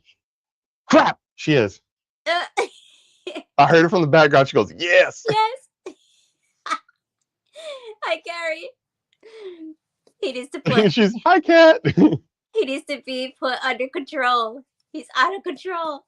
I'm telling you. No. You know who's out of control is Sean. He's like, he's addicted. Oh man, it's that quick, folks. When you you get one, it's game on. Yeah. I literally said like a couple weeks ago, like I'm done buying tarantulas for a minute. Then then I'm sitting here like, Ooh, I y'all don't have got any of them those. tarantulas, man? you, you be coming at it. Really, like I took up specific tarantulas to my friend Angela for her shop, and I'm up there, and she's like, this little Like pink Pringles. toe. Yeah, she's Oh, really that's a like, I pretty cute. know. Once you take one, yeah. She's like, Yeah. this little pink toe needs a home. It's not gonna sell up here, and I'm like, okay. Yeah. And so now that's another one of Carrie's tarantulas. She Oh, talks to it. Her that's and Agatha and the Choco are her babies. Those oh are three of the four that will never leave. yeah. One, because she's just too derpy and I don't trust her to go anywhere else. She's my special needs T. I love her. Yeah, there's always one in our collection. It's just like, you fall off your own log. How do you do that? Oh, okay. Okay. Awesome, good. I can't wait to see that T-shirt. Yeah, that'd be so cool. No, that's a big deal, folks. Man, if you got something you want, tarantula wise, put it down in the comments. Let us know. That is the easiest way. Start using the network. Yep. And we can do that every show. If you got something specific and we notice it, let us know in the comments during live, and we can do a shout out on it too. Mm-hmm. Like Goliath pink toe. Don't tell my wife.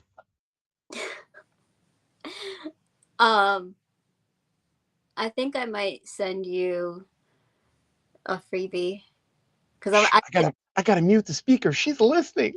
oh, I didn't say nothing. I mean, if you find something that, I mean, of course you pick whatever you want, but like, if you find a freebie, I don't know.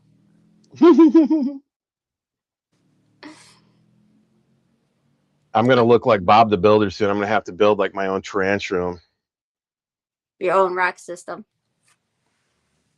And that's something like I wanna it's always good to throw shouts out to like other channels and stuff.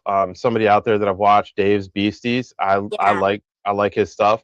Yeah. Um, I love how he does his enclosures for tarantulas, and I think far too often people are scared to give their tarantulas. This is a huge, huge argument point right now. I've noticed because some of the arguments come from people in the hobby that make or sell enclosures, so they don't make bigger enclosures. So they're telling people that maybe a smaller enclosure will work when maybe the animal might need a little bit bigger one. And you got folks out there that on the other end of it that don't understand their animal and give it way, way, way too big of an enclosure that, just like Kat said, and all of a sudden this animal's roaming all the time. I got muted. Okay, no. You're good. So they don't understand their animal. They give them way too big of an enclosure, and that animal's wearing themselves out. Mm-hmm.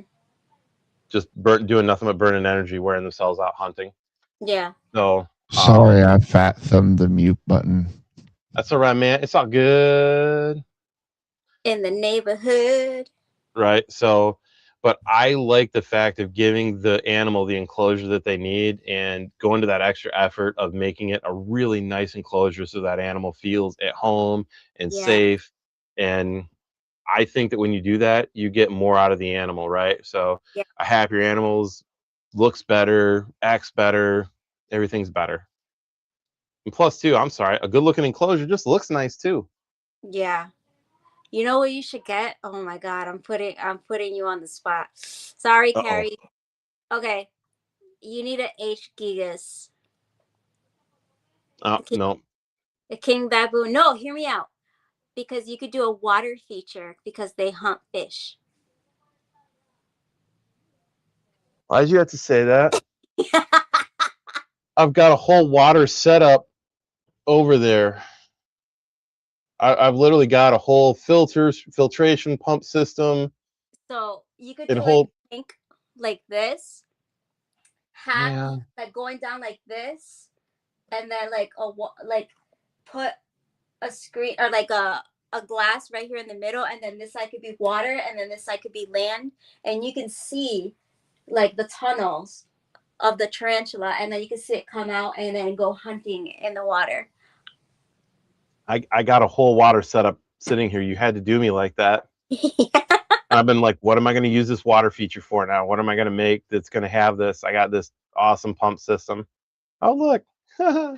Yeah, I started Arizona blonde, Mexican red leg, red knee, red stripe, GBV, Brazilian. Okay, I'm gonna read that comment.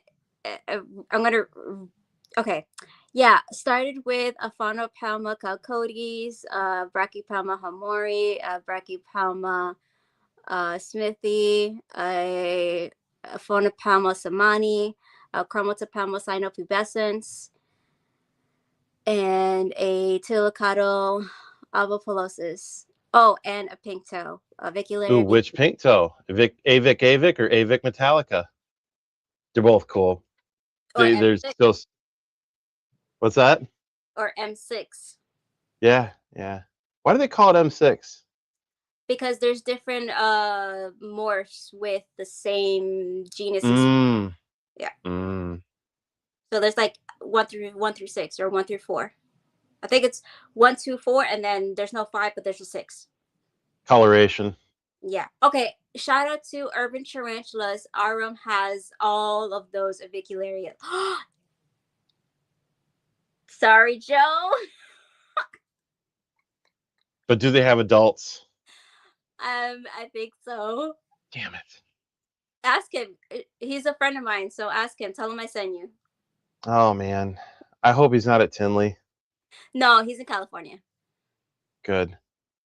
I already had the guys last time I went to Tinley over at Exotics Unlimited, and they got a bunch of fun tarantulas too. And yeah, they're like, oh yeah, if you come down and take pictures at our thing, and something about tarantulas going home with me or something, and I'm like, crap.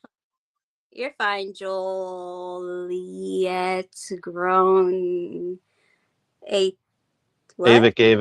Okay. Yeah. Oh yeah, you're fine. Don't worry about yeah, don't worry about that.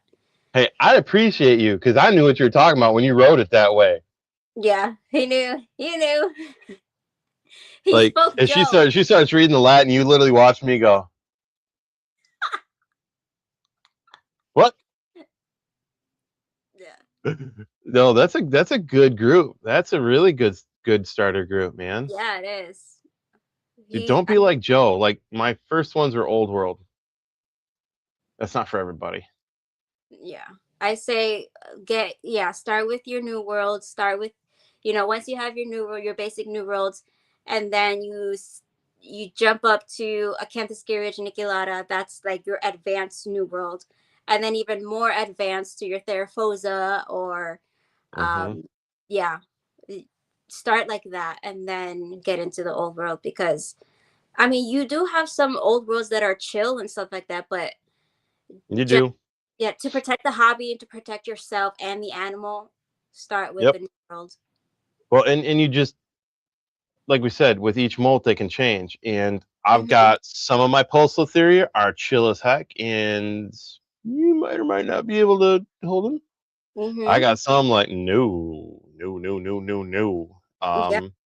I had 2 Venezuelan sun tigers, which are not old world, but bite kind of like an old world. Yeah. The nastiest new world bite you can get, potency venom wise. Nice. The Goliath bird eater's nasty just due to the fang size.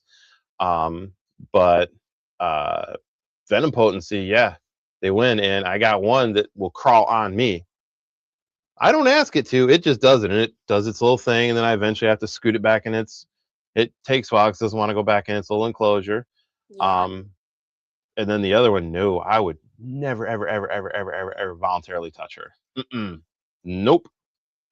So you just gave me an idea for next week's topic. List all the newer tarantulas that have the same equivalent venom potency equivalency as old world and the most. That's a good one. Yeah. That's a good one. Not a lot of. I like that.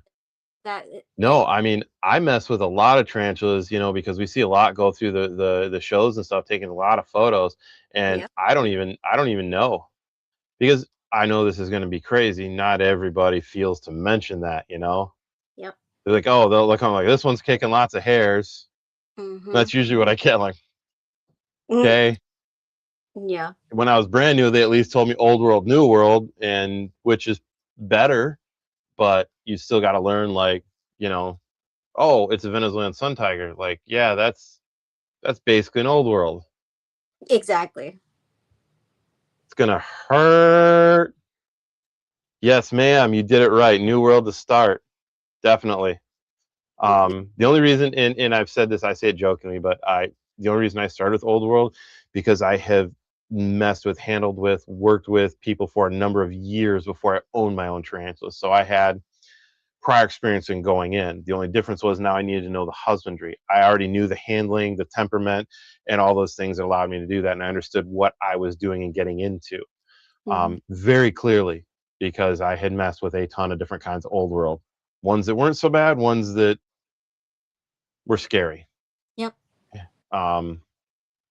Actually, two of my favorites were baboons. Of all the old worlds that I've actually done photos of in Gillette, I do photos mobily in Reptile Exo. So I take a light box, so when they're in the worst possible environment to get a photo taken out. They've been rattled all the way down to a show, and then they get handed off to me, shoved in this, and I don't, not actually shoved, but gently massaged out of their box, but they're getting poked and prodded, people walking around the show, and they get shoved in this box that's like super bright, and here's this guy poking and prodding them. And I say all this because that's probably how I'd feel, even though I'm doing everything I can to be as gentle as possible and as kind as possible and as patient as possible. But, you know, so when they get a little miffed, I'm not mad. I get it. You know, it probably feels like, you know, some of the folks did at the old school military where they watched it online, you got all the shots and all the exams and stuff. But two of the coolest were actually baboon tarantulas. One was the dark form OBT that has that green on it. Yeah. And I hadn't owned tarantulas yet. She almost became my first tarantula because I loved her so much. She was so relaxed. Yeah. This would have been stupid, but I was confident enough that if I put my hand out, she would have let me hold her. Stupid. Yeah. Stupid. Stupid. Don't do it. Yeah, buffoon. Clip it. Buffoon with a baboon.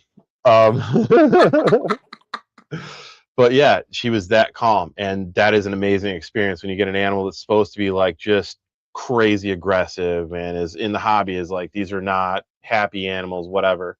They get a really bad rap, and it was really cool. She was super chill. And the other one wasn't super happy with me, but played ball really well, was a horned baboon.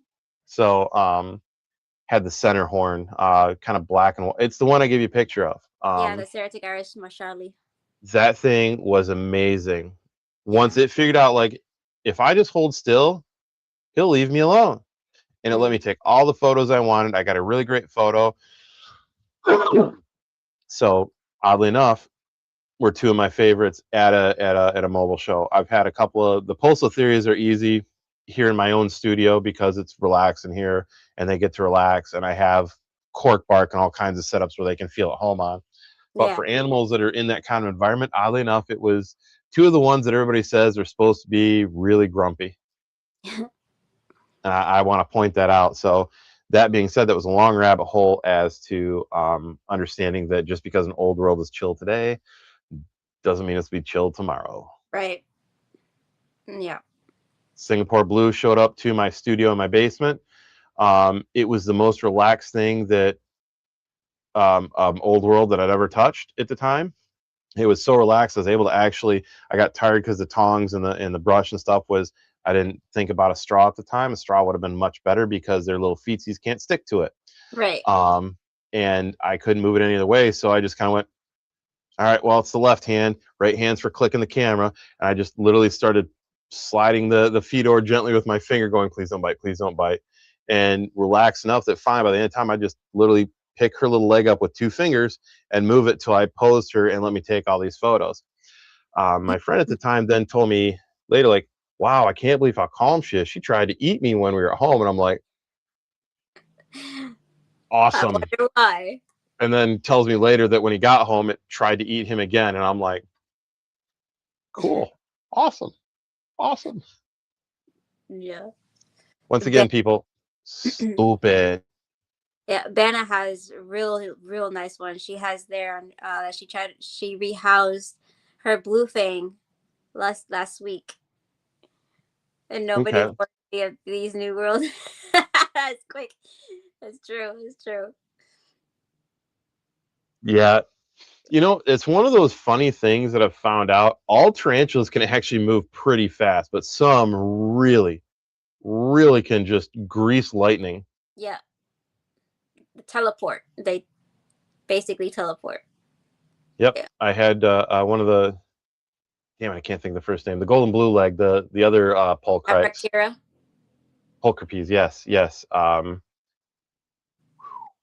Had a subadult there move so fast. Mm. That was an experience. For some reason, the one that I'm giving you is growing so slow. I've had it for like years, and it's like still the same size.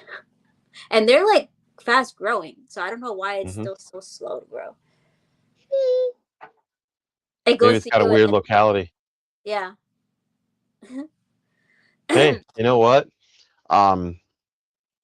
Just wants to be pretty. Maybe it's a male. Some of the males grow a little slower, right? Yeah, I know some males grow faster. Yeah, we'll just throw some stuff at the wall. Something will stick for good. Why not? Yeah. Golden blue legs are so pretty, though. Yeah. Underrated in the hobby, honestly. I That think was they're actually just. back. What's that? That was actually my holdback. Oh, sweet. Yeah. I think that they're a really cool tarantula that really is like, people talk about them, but I think they're such, they've been dubbed as like such an easy intro to to old world that they're kind of, I don't want to say boring, but they're just so common that as an old world that people just kind of, everybody wants a pokey. Like, I love pokies. I think they're awesome. They're cool. They're beautiful. They take great photos. But man, those golden blue legs are like you're getting a yellow version of an OBT Yeah. with these iridescent blue legs of not quite as much as like an electric blue, a Chilisson brachius. I'm close. Kilobrachys. Just give it to me. Kilobrachys. Yeah. So yeah, they're underrated. I mean, what a cool species. And they're actually, unlike a lot of the other baboons, they'll come out and display for a decent amount too. Mm-hmm. Yeah. This one's really sweet, really chill. A lot of them are. A friend of mine, Russ, that he's more into true spiders and ant colonies now, but he used to do a ton of scorpions, and you'd love Russ. He's smart like you, and he can remember all the names, instead of me over here. You're good. We should actually get Russ on the podcast one night. He's really cool, and he was the guy that, if I handle a lot of tarantulas, he touched everything. Everything. He would have everything. I mean, we're talking the big Asian centipedes on him. I mean, stuff that I'm like, mm-mm, Wow. mm-mm. And there's not too much where I'm like, no, I won't touch that. There's stuff, but there's not a much, and not him. He'd hold everything, and he never got bit. It was crazy. Like, I think he's been tagged a few times, but not much. Right. Yeah, it's way less than he should, because I'd walk over like, oh hey, it just got so common it stopped being a shotgun anymore. Because first time I met him, big ass Asian forest scorpion on him, which okay. Then you see like an emperor on him and some other random ones, and I'm like, do I want to know what that is? He goes, probably not. Okay. But he had a golden blue leg, like a good sized female that he would constantly just pick up and hold, and it would relax in his hand like an Arizona blonde or a Brazilian black or something like that would. And you're just like, and then I get the ones that are like, I'm fast. I'm fast. Boy. Right? We need that as a clip or something for some of these. Ooh, I was going to ask, what is a blue fang? Blue fang is a Chilobrachys. One of the Chilobrachys. Okay. The species. The genus is Chilobrachys, and So they got the iridescence just like the ones I've got. Yeah. Those are actually really cool species too. You know, it's interesting. There's a blue fang Old World and a blue fang New World. Mm-hmm. So we're back to why you don't use common names. Yeah. Ooh, I have a personal question for you. I know I am just dragging this podcast out. So I noticed an OBT get labeled as an orange starburst in the common name. I was like, I've never heard of them called a starburst before. Me neither. It's I was very usually interested in that. It was an OBT. orange bitey thing or orange baboon tarantula. Yeah, they call it an orange starburst baboon. Huh. I was like, is that just marketing? I mean, you can do what you want with the common name because it's not the scientific name, you know? The Gillette asked if we have orange, the Philippine one, the tangerine, the O Filipinus. I had one, yeah. They they're more reclusive and more secretive than the OBT. They're more orange. They're like a matte, you know, like lipstick matte. They're like that compared to like tarantulas. Very chill though. I miss mines. Aw. Yes, there are some folks out there that Oh, yeah, um Savannah, you're right. Effable. Jolette, do not let the I'm going to say this from a guy that doesn't know all the scientific names. Mm-hmm. Don't worry about it. There's always a few. I've still got some people that give me some static because I don't know all the scientific names. It is what it is. No big deal. Don't worry about it. They're jerks. Screw Yeah. them. You're learning, and if they don't want to help you on that journey, then tell them to stop gatekeeping and holding back the community. And Yep. if you're the person that did that, stop being a jerk. Yep. Some people are like me, and we're not all that smart, and it takes a while for us to learn. Don't be rude. Learn. Just learn. Right? No, I've had a similar experience. I was brand new to the hobby in all reality. I'd kept all kinds of animals for years, but the husbandry has changed so much in the last 20 years. It's amazing and good and very, very good that it has. I started out when a piece of AstroTurf, one of those look like little caramel candy hot rocks, were like, there you go, throw that in a water dish in there and throw some food at them. They're good to go for forever, boy. And Yeah. that was the ticket. So yeah, coming back in, nobody used Latin names back then hardly, unless you're in like that hardcore upper end of it. So I had to learn a lot, and I had somebody hate on me and said,